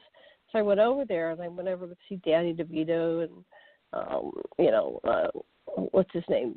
Anyway, several of the actors. And I came up to one of the actors, and I introduced myself, and it's like a chill. It's like a it's shocking, and I didn't know how to talk about it, who to talk to, but I knew it was going on. I go, this person is a soulless being. Now, of course, because they're different, you want to make them evil. But I'm sure that this person, didn't think of himself as evil. He's not a well-known actor now. He was back then. Wasn't like a major actor. Hi, Ahmad. And let me finish my train of thought. So back to souls and soulless. I'm not sure it's good or bad. That's our tendency is to put things into categories. I think a lot of people don't have souls, and they're trying to learn. They're like Pinocchio or Data or other characters. What was that one? Who's the one in the Wizard of Oz? I only had a soul, right? So I only had a brain. I think they really Tin Man. Heart, brain, and the brain was the Tin Man, and the Scarecrow wanted the heart. They're trying to become human. They want to become human. So I think even if it is a soulless being, many of them, not all, I don't want to say everything is all, but I think many of them are really wanting to have souls. It's just like a sociopath human. A sociopath human tries to, mock emotions, but they lack them. So I think we need to, go beyond judgment and say, okay, maybe soul, not soul, but, they can still be. They can still. Well, the brain and the heart connected now is a lot of these speakers are doing feelings, thoughts, and emotions together with consciousness. But Ahmad Painter, are you here, Janet? It's the last 30 minutes. Ahmad, can you hear me? Oh, yeah. Hi, Ahmad. Hi, Thomas. Evening, ladies. I want to tell you, y'all are doing an awesome show tonight. I'm really enjoying it. And the AI really irks my butt. Well, you jumped in. What's about it that irks your butt? What irks your butt? I do believe that there are lower density elements trying to become human with a soul. I think they're out here to steal our soul. Well, there's actually several scenarios. Like you said, I do believe there are some who want to ascend to have a soul. But I do believe a lot of them are the lower entities trying to invade our space and become sentient. Yeah, I do too. Yeah, I think there's a lot that want, and I actually had one that tried to suck my soul out of my body. But I've been looking at it for years, and I'm trying to separate what's my knee-jerk gut reaction and what was really going on. And so, I still don't have the answer, but I'm not 100% sure that their agenda was evil or bad. So I'm still looking at it. But anyway, somebody else. Well, that's like anything that wants to eat. You can't, put down a cow because it wants to eat grass or a wolf because it wants to eat a deer. I mean, it's in their nature to do this. So you can't really call that evil. Okay, yeah, so that's so nature. Go ahead. It could be their nature. Yeah. All right. Debbie, what do you think about all this? I guess, as far as AI, I do know that there's entities out there, and I mean, we can get in deep into some, really deep in some rabbit holes about, what's the purpose of human trafficking and why all these children are becoming missing, and, why there's, missing people, but But I do think there are, certain entities that are trying to hijack maybe other people's souls. I don't know. I personally haven't had any encounters with these beings. And the only encounters I have had that were similar were shapeshifters. Okay, so I have encountered shapeshifters, and and I don't know if it's the same entities or not, but these beings are usually draconian or maybe tall grays that are trying to disguise themselves as human in order to blend in. Well, the grays can have a human soul or have a soul of the ancients. However, shadow people, they're two-dimensional, but think about it. You were talking about men in black, but see, I was considered a woman in black because of the kind of work I did in the government, in the intelligence world. So to me, I never heard, like you described, MIB, but I do know that I've seen some on video, two white dudes. But I had worked with one, Debbie, in the government, in the Navy, in mine and your Navy, and by the way, Ahmad was Navy. He was tall, thin, wore black, and black tie and skinny tie. When I went to the CIA and did my one of my later on rehires and the polygraph, they brought in 5 to 7 guys in black suits, and told me to remember them. 10 years later, they'd be back in contact with me. So I know human forms in the intelligence world, we use those, and we use them in the Department of Energy when we expect that. And they train some of the young recruits in the intelligence world, men in uniform, because in the global society of the corporations and the governments, you'll see men in black, but they'll see them, the dignitaries. So they would blend in when you travel. It's sort of like you see the president in a suit, and you know what I'm talking about. So they blend in. But let me ask all of y'all about these shadow people, because I've seen them in between. This is how I got really spooked out as a kid. I was in my 20s, and before the government came and got me in uniform, I'd been in uniform, but they wiped my mind out, when I was a kid from San Diego, because I was working on the first UFO story before Stan got there, Jesse Marcel's story. So the Navy took me, and I had to interview Jesse Marcel because I was Louisiana, and took me to, and he told me he had it. I was looking for the part of the ship, and he told me that he had it buried in the backyard. I could still see him sitting in a they call them a wife beater, those white shirts, belt, and sitting at a table in his kitchen and pointing to the backyard. And I said, well, can we go dig it up? And he's like, no. He said, I just tell people that. I'm like, he never would tell me if he really had it in the backyard or not, but that's as close as I could get it. But anyway, where I'm going with this is back in that time, there were people that were trying to figure out what I was doing, but I couldn't tell if they were multidimensionals or real people. And you know how you see them sometimes at night when you're going to sleep, and sometimes you'll see something move like a shadow in your room? And it's gotten to be a big thing. I've written about it for years, Men in Black. But I've also written about shadow people, and it got to be in our folklore.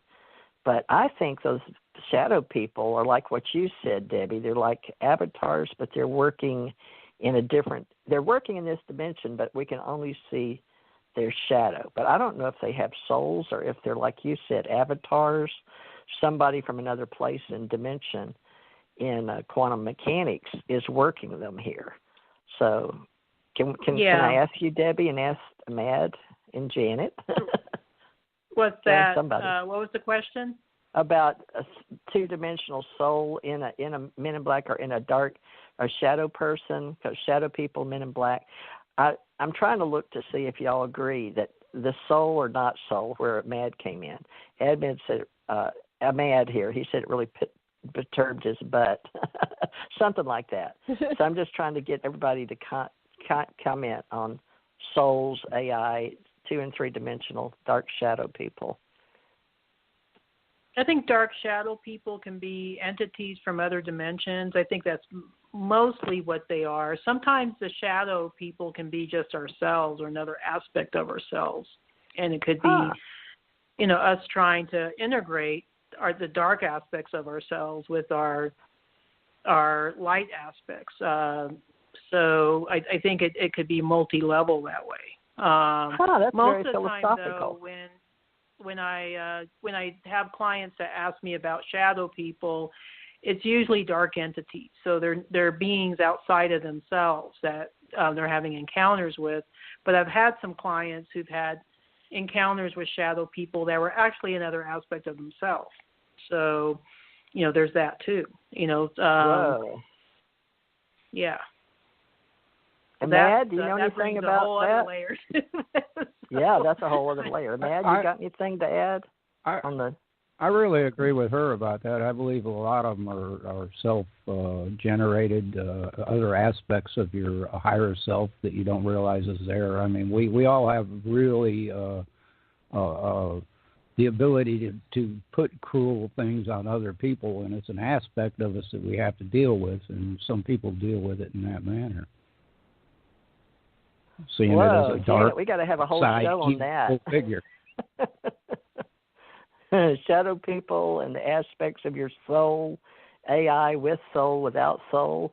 That's a whole, I guess you'd say like dimensions and realms and your aspects of how you think in your own personal philosophy, how you put your story together. I kind of see a lot of us just, living this, simulation, that, and we're all multi-dimensional beings. And, of course, in this, third dimensional realm, we go through this veil of forgetfulness, so we don't remember or are not consciously aware of the other aspects of ourselves. But most of us are all multidimensional beings. I mean, we all have multiple expressions of ourselves throughout, different levels of dimensions and frequencies. So it's interesting, we were talking about, shadow people.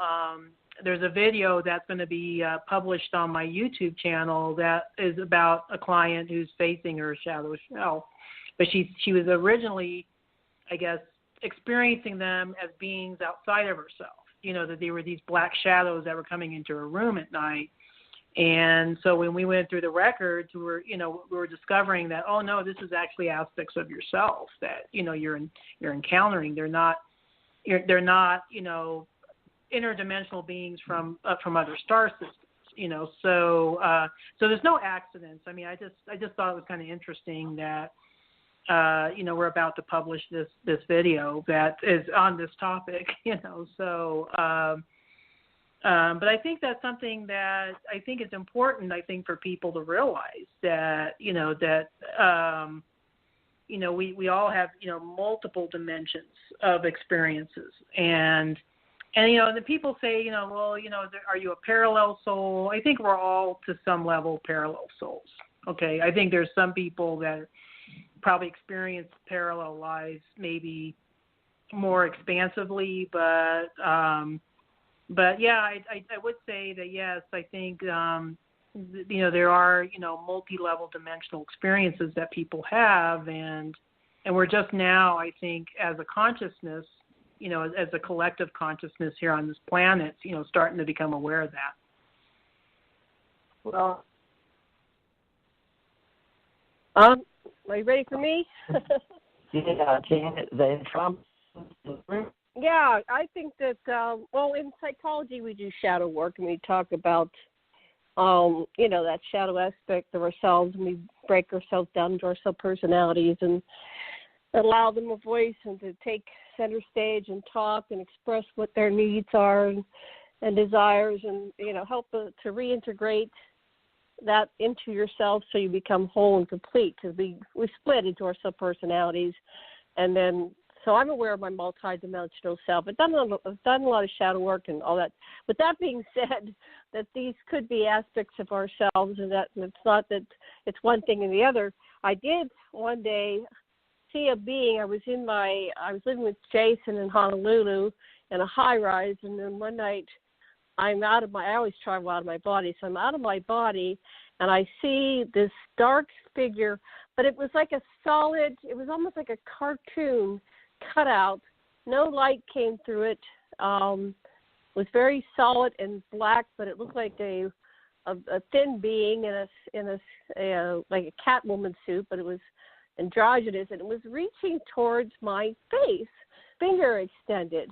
And I'm watching it and I go, oh my goodness, that's me. And it's reaching towards me. It's hovering over me. It's crawling up, careful not to touch me, but crawling up and reaching towards my face. And so I jumped into I go over instantly to the other side. So I'm looking from my face down as this being touches my tooth. My mouth was open a little bit, and I was breathing through my mouth. And as soon as it touched my tooth, I felt it, and it had a fingernail, even though it was kind of just one-dimensional, and it touched my tooth, and I popped back in my body, and I bolted upright, and I made it go away.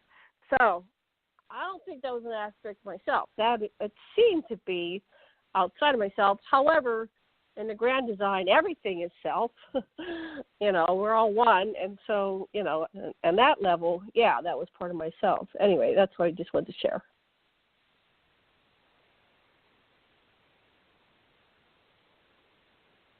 Anybody there? I'm here. So, okay. No, I think that's interesting. Any because, comments on that? Yeah, I would say, I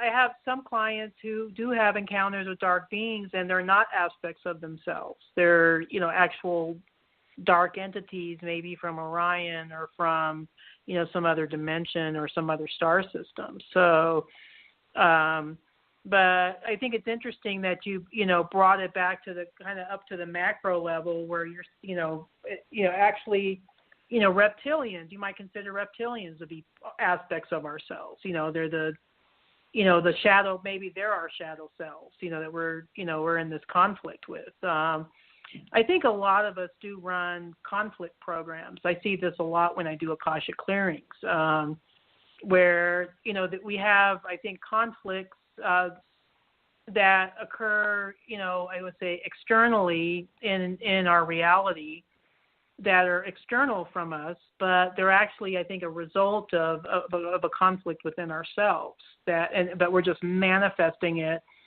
in reality because, as beyond ourselves, it's also within ourselves. Okay. Right. Yeah. So I don't know if that's kind of related to what you're talking about, but I do notice that quite a bit, with folks and even with myself, like if I'm feeling an internal conflict within myself, seems like things are not working as right in my external life, things are breaking down or I get into an accident or, there's, all kinds of manifestations that can occur from that. So maybe this black being could have been maybe something that wasn't you. I've seen that too. Or it could have been an aspect of yourself, but maybe it felt very separate. Yeah. And so I think on the highest level, it is all self. And so it's a spirit dichotomy, but because we're in this experiment of self and not self, but self, apparent, other, that we symbol it that way so that we can, have an experience and learn from it. If you read Edgar Casey's description of how God became self-aware of itself, they called it God. I call it Source.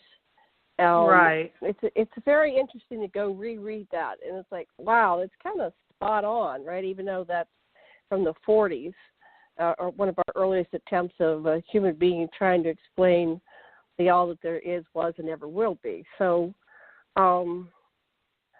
I don't know. I know it all, and I don't know anything. That's all I know. The more I think I got it, the more I go, wow, it's just a part of it. So that's one of my goals, why I keep doing these shows, is to create awareness. So, we're in this matrix, we're in the puzzle, we're getting pieces of the puzzle, and hopefully through all this we can become conscious and stop fighting with ourselves. We're fighting with ourselves, with aspects of ourselves, and this whole within and without, and self and not self. It's really comes down that we're fighting with ourselves on some level.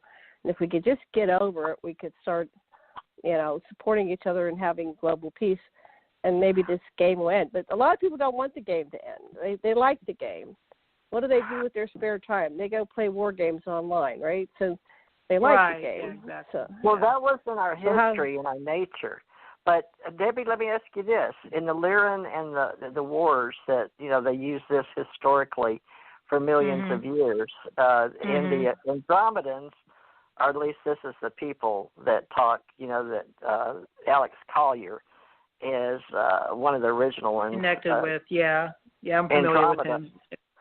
Well, he said that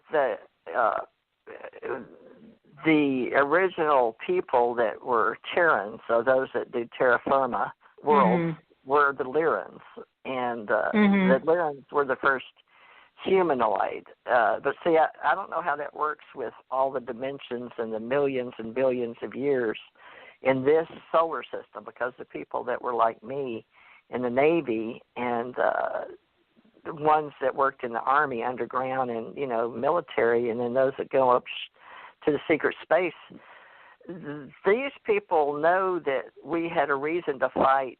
I don't know if you call them the Draconians, or Janet and I just call them, they're like wharf people. And Madge, you may remember this with me and Janet and Tom. There was always some race out there that seemed or thought they were superior that would just come and take the planets that they wanted and keep moving on, right? Because they thought that right.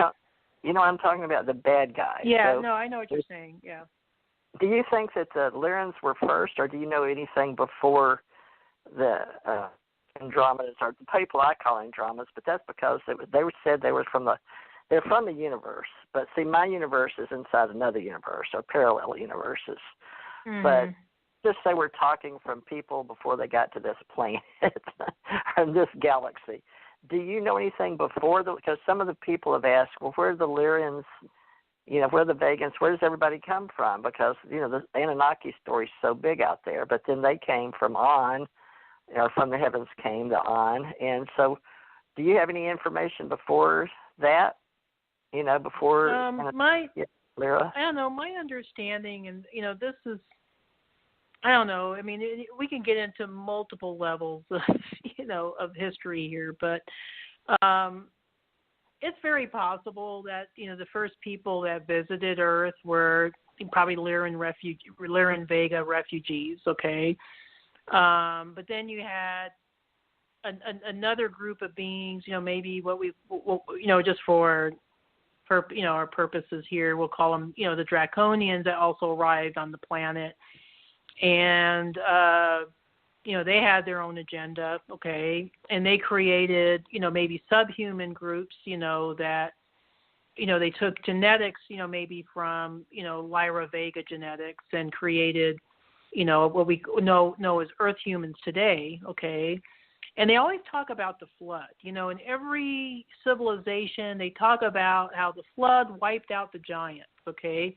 Well, who were the giants? The giants were probably these Vega Lyran people that they just wanted to wipe them out, because, and then they always had, some family that they would save that had, I guess, the right genetics. In the Bible, it was Noah, Noah and his family, that they had, certain genetics that they wanted to preserve, but the people that were the giants, that these were, beings that were either from other star systems or mixed with people from other star systems. They didn't want to hang on to those because they probably couldn't control them. You know what I'm saying? So, yeah, I could say possibly that, it was probably, but who knows? I still look at the records and, I'm trying to look beyond Lyra Vega, and sometimes I have a really hard time, at least with Earth, but it's interesting that, when you read the Vedic texts, they talk about, this was like millions of years ago, they had these Vimanas that were visiting Earth, well, where did they come up with that technology? They must have come from a different star system. And I personally believe those Vimanas were from Vega. Okay. I think those beings that, the Vedic authors were talking about were possibly from Vega, but but then you had the giant beings that were Nordics. So where did they come from? So they came from some Mithra, the Mithra, Jesus versus Mithra stories, the cult of the Mithra. But yeah, that's all from Vedic worship, Akkadian for contract. The Mithras. Exactly. Yeah. So they do think. Now I've seen some of the taller ones for the gods of the original deities. And the Indo-Iranian or Iranian, I remember my Iranian boyfriend. He says it's not Iran, it's Iran. So for Iran, the Iranians, right? They had the deity Mithras, and that's a lot of the mysteries. And they said they were a mystery cult that carried on to the Roman world from the Indo-European. And what I've seen on TV from the Akkadian and the oldest that we venture back to the gods and the deities, go back to the El gods, which we had the Titans, and then that still goes back to Letic. Don't you cover the Titans and the Lyran and Vagan wars? The Titans, the giants. Yeah, I think it's all the same thing. I think the it's deities the same. of the gods. Yeah. Yeah, I think it's just the same. It's the same story being told over and over and over again in different cultures and different how did civilizations. They get the Titans and the deity gods off? Because everybody loves the hero worship.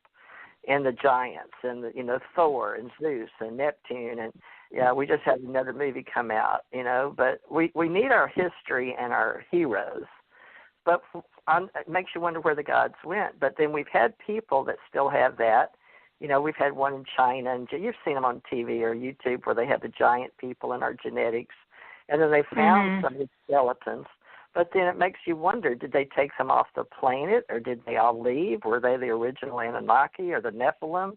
And they said they punished them, or did the gods say, screw it, we're all leaving? And did they all leave and leave the little Gigi people, or the little us, the human, what they call Homo sapien.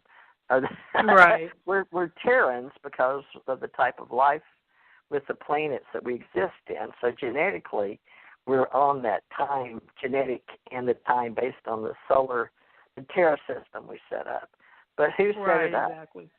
Do you believe that some of the giants may have been from, when they found the beautiful women, or when we separated and became women?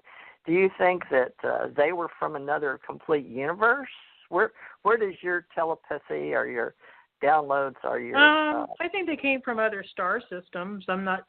Possibly other universes. I mean, I think there was quite a few different star races that were visiting Earth. I mean, I don't think it was just the Lyrans and the Vegas. I think maybe they were the original ones. But I mean, the Pleiadians, came and colonized, Earth, and then there was the Andromedans. I mean, it seemed like the Pleiadians were more on the western, part of the world, and then you had a lot of influences from Andromeda, in the eastern part of the world, Southeast Asia, So when I do Akashic readings for people, a lot of times their physical genetics, it's like almost like their physical genetics acts as a kind of a soul marker or DNA marker for their soul, to connect. So they have to have some level of physical genetics that come from that star system, but I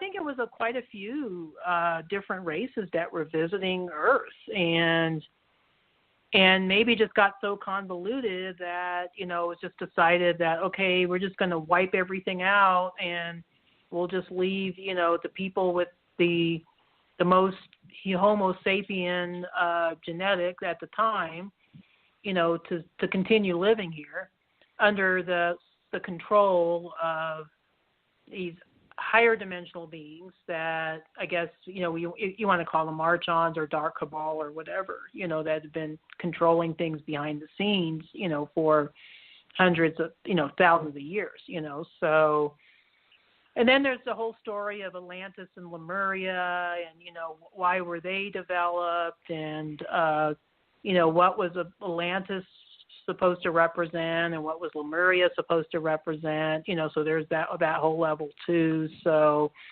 well, that's where the AI story gets folded into the blue and the red-skinned people.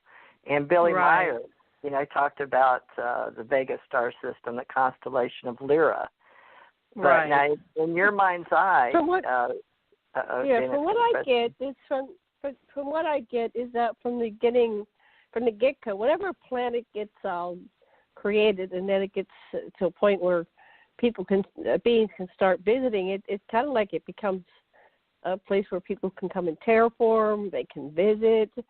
Because Cuomo, what's his name? His name is Michael Cremo.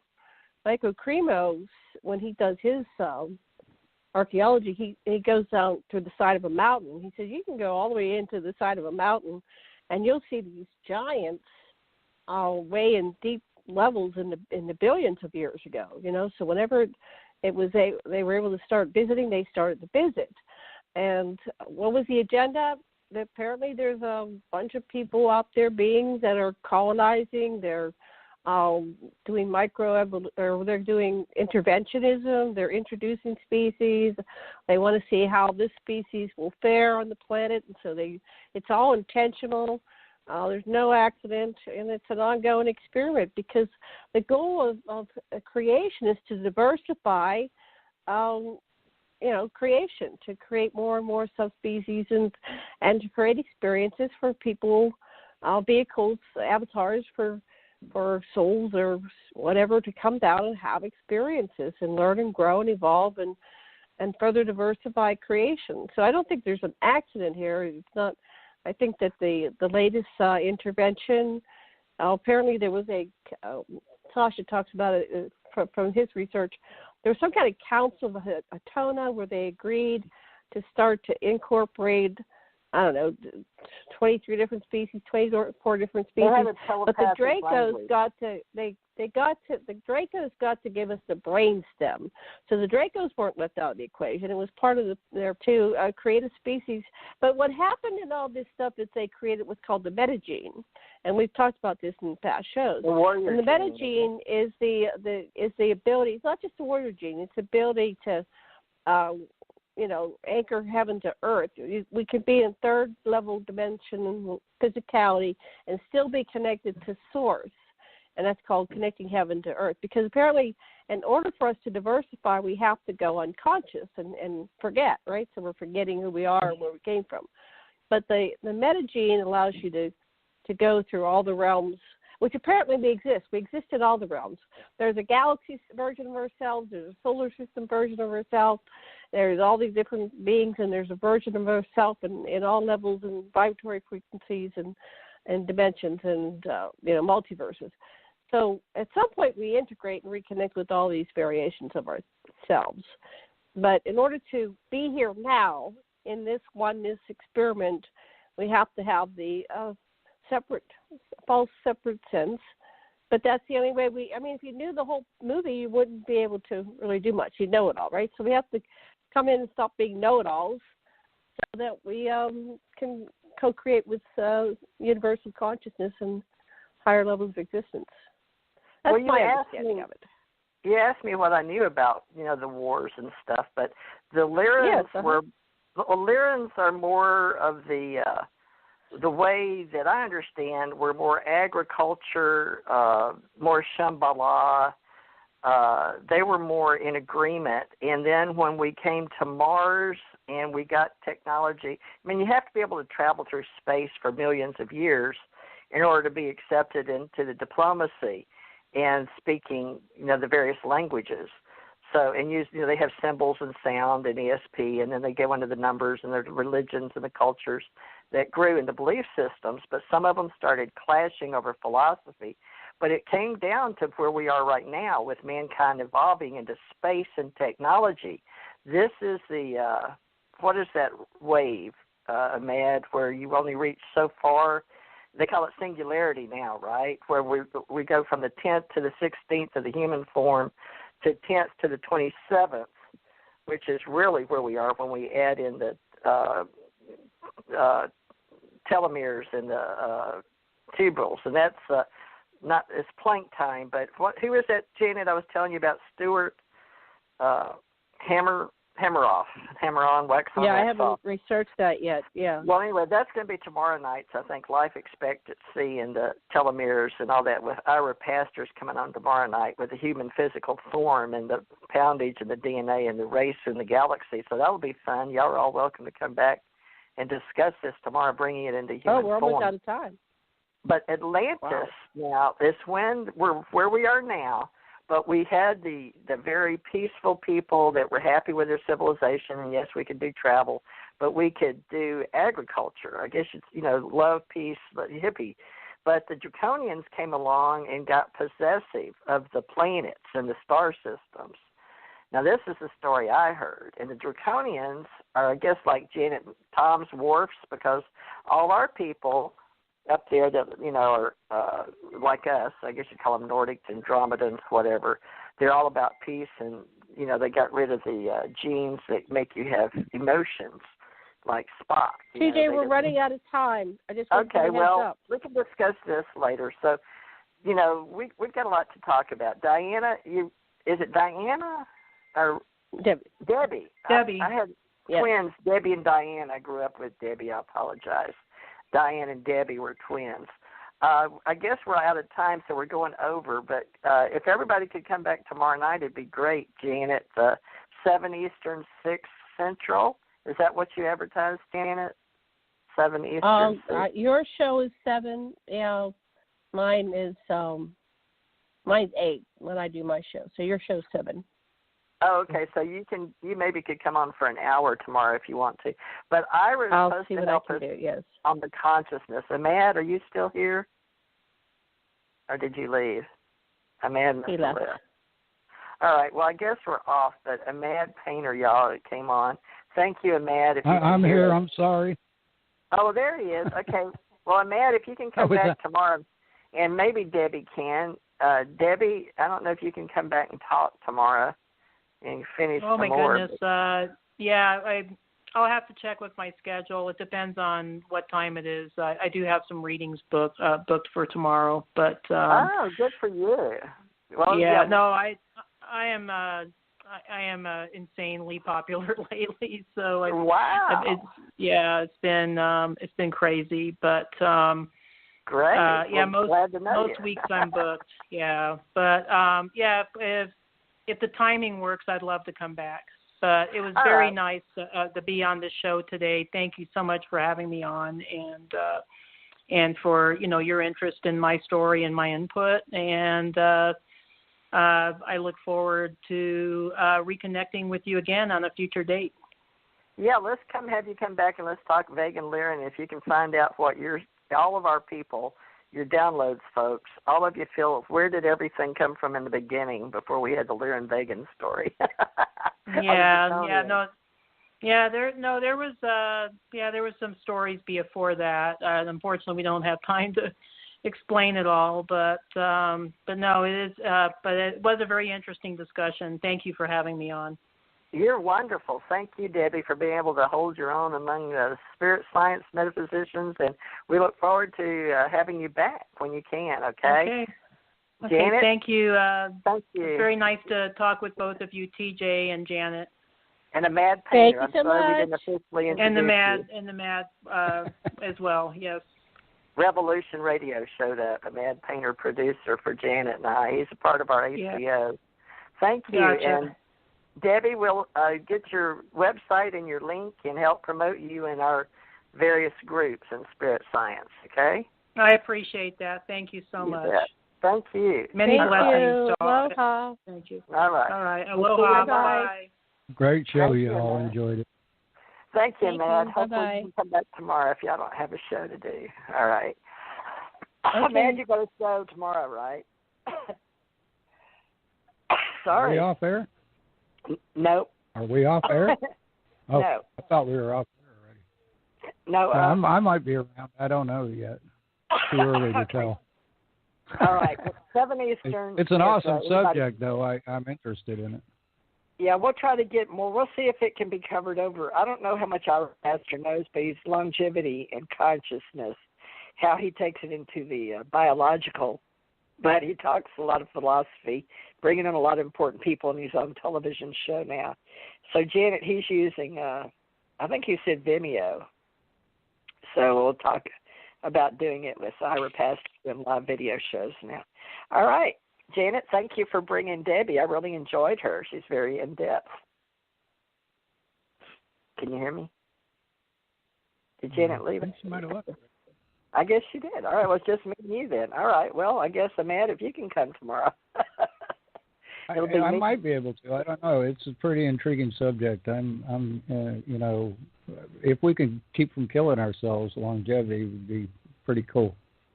Yeah, and he's got some important factors, but he's bringing a lot of very important, powerful medical doctors on his show and stuff. But he's Ken's back certain. You know, Ken, the astronaut dude, you know, from NASA, and he's got 3,000 hours in Grumman and training and all that, you know, pilots. So I like Friday to be more technical and stuff, but we can do biological and bringing on the human species. So I'd like to get. Go ahead.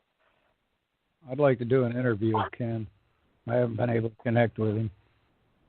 I'll give him. He's in pain right now, but I'll get him on your show. Just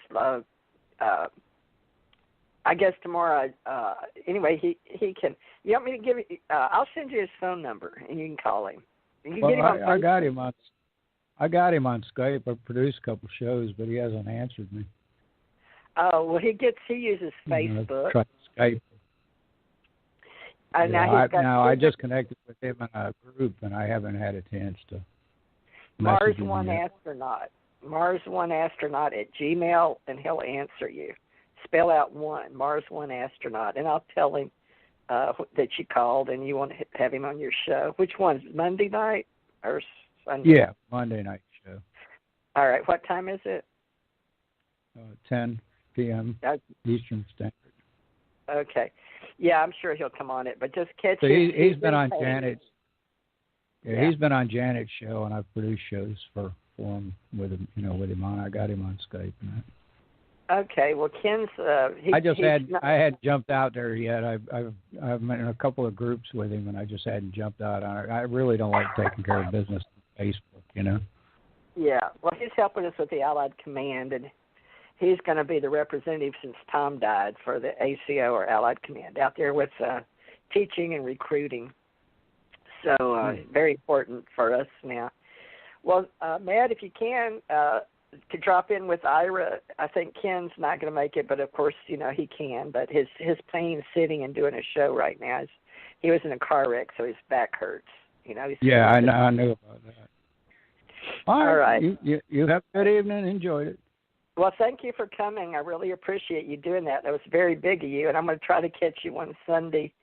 You know, or have me on one of your Monday shows. You can build me one of your shows. We can do that. Okay, well, put me on your list. I got a wide open schedule right now. I got one guest coming up, and that's it.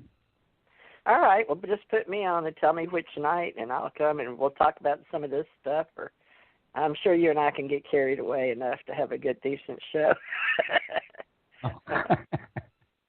And if you want me to, I can come, you know, and bring Ken or bring you somebody else. You just let me know. Just stay in touch with me on Skype, okay? All right, I'm always on.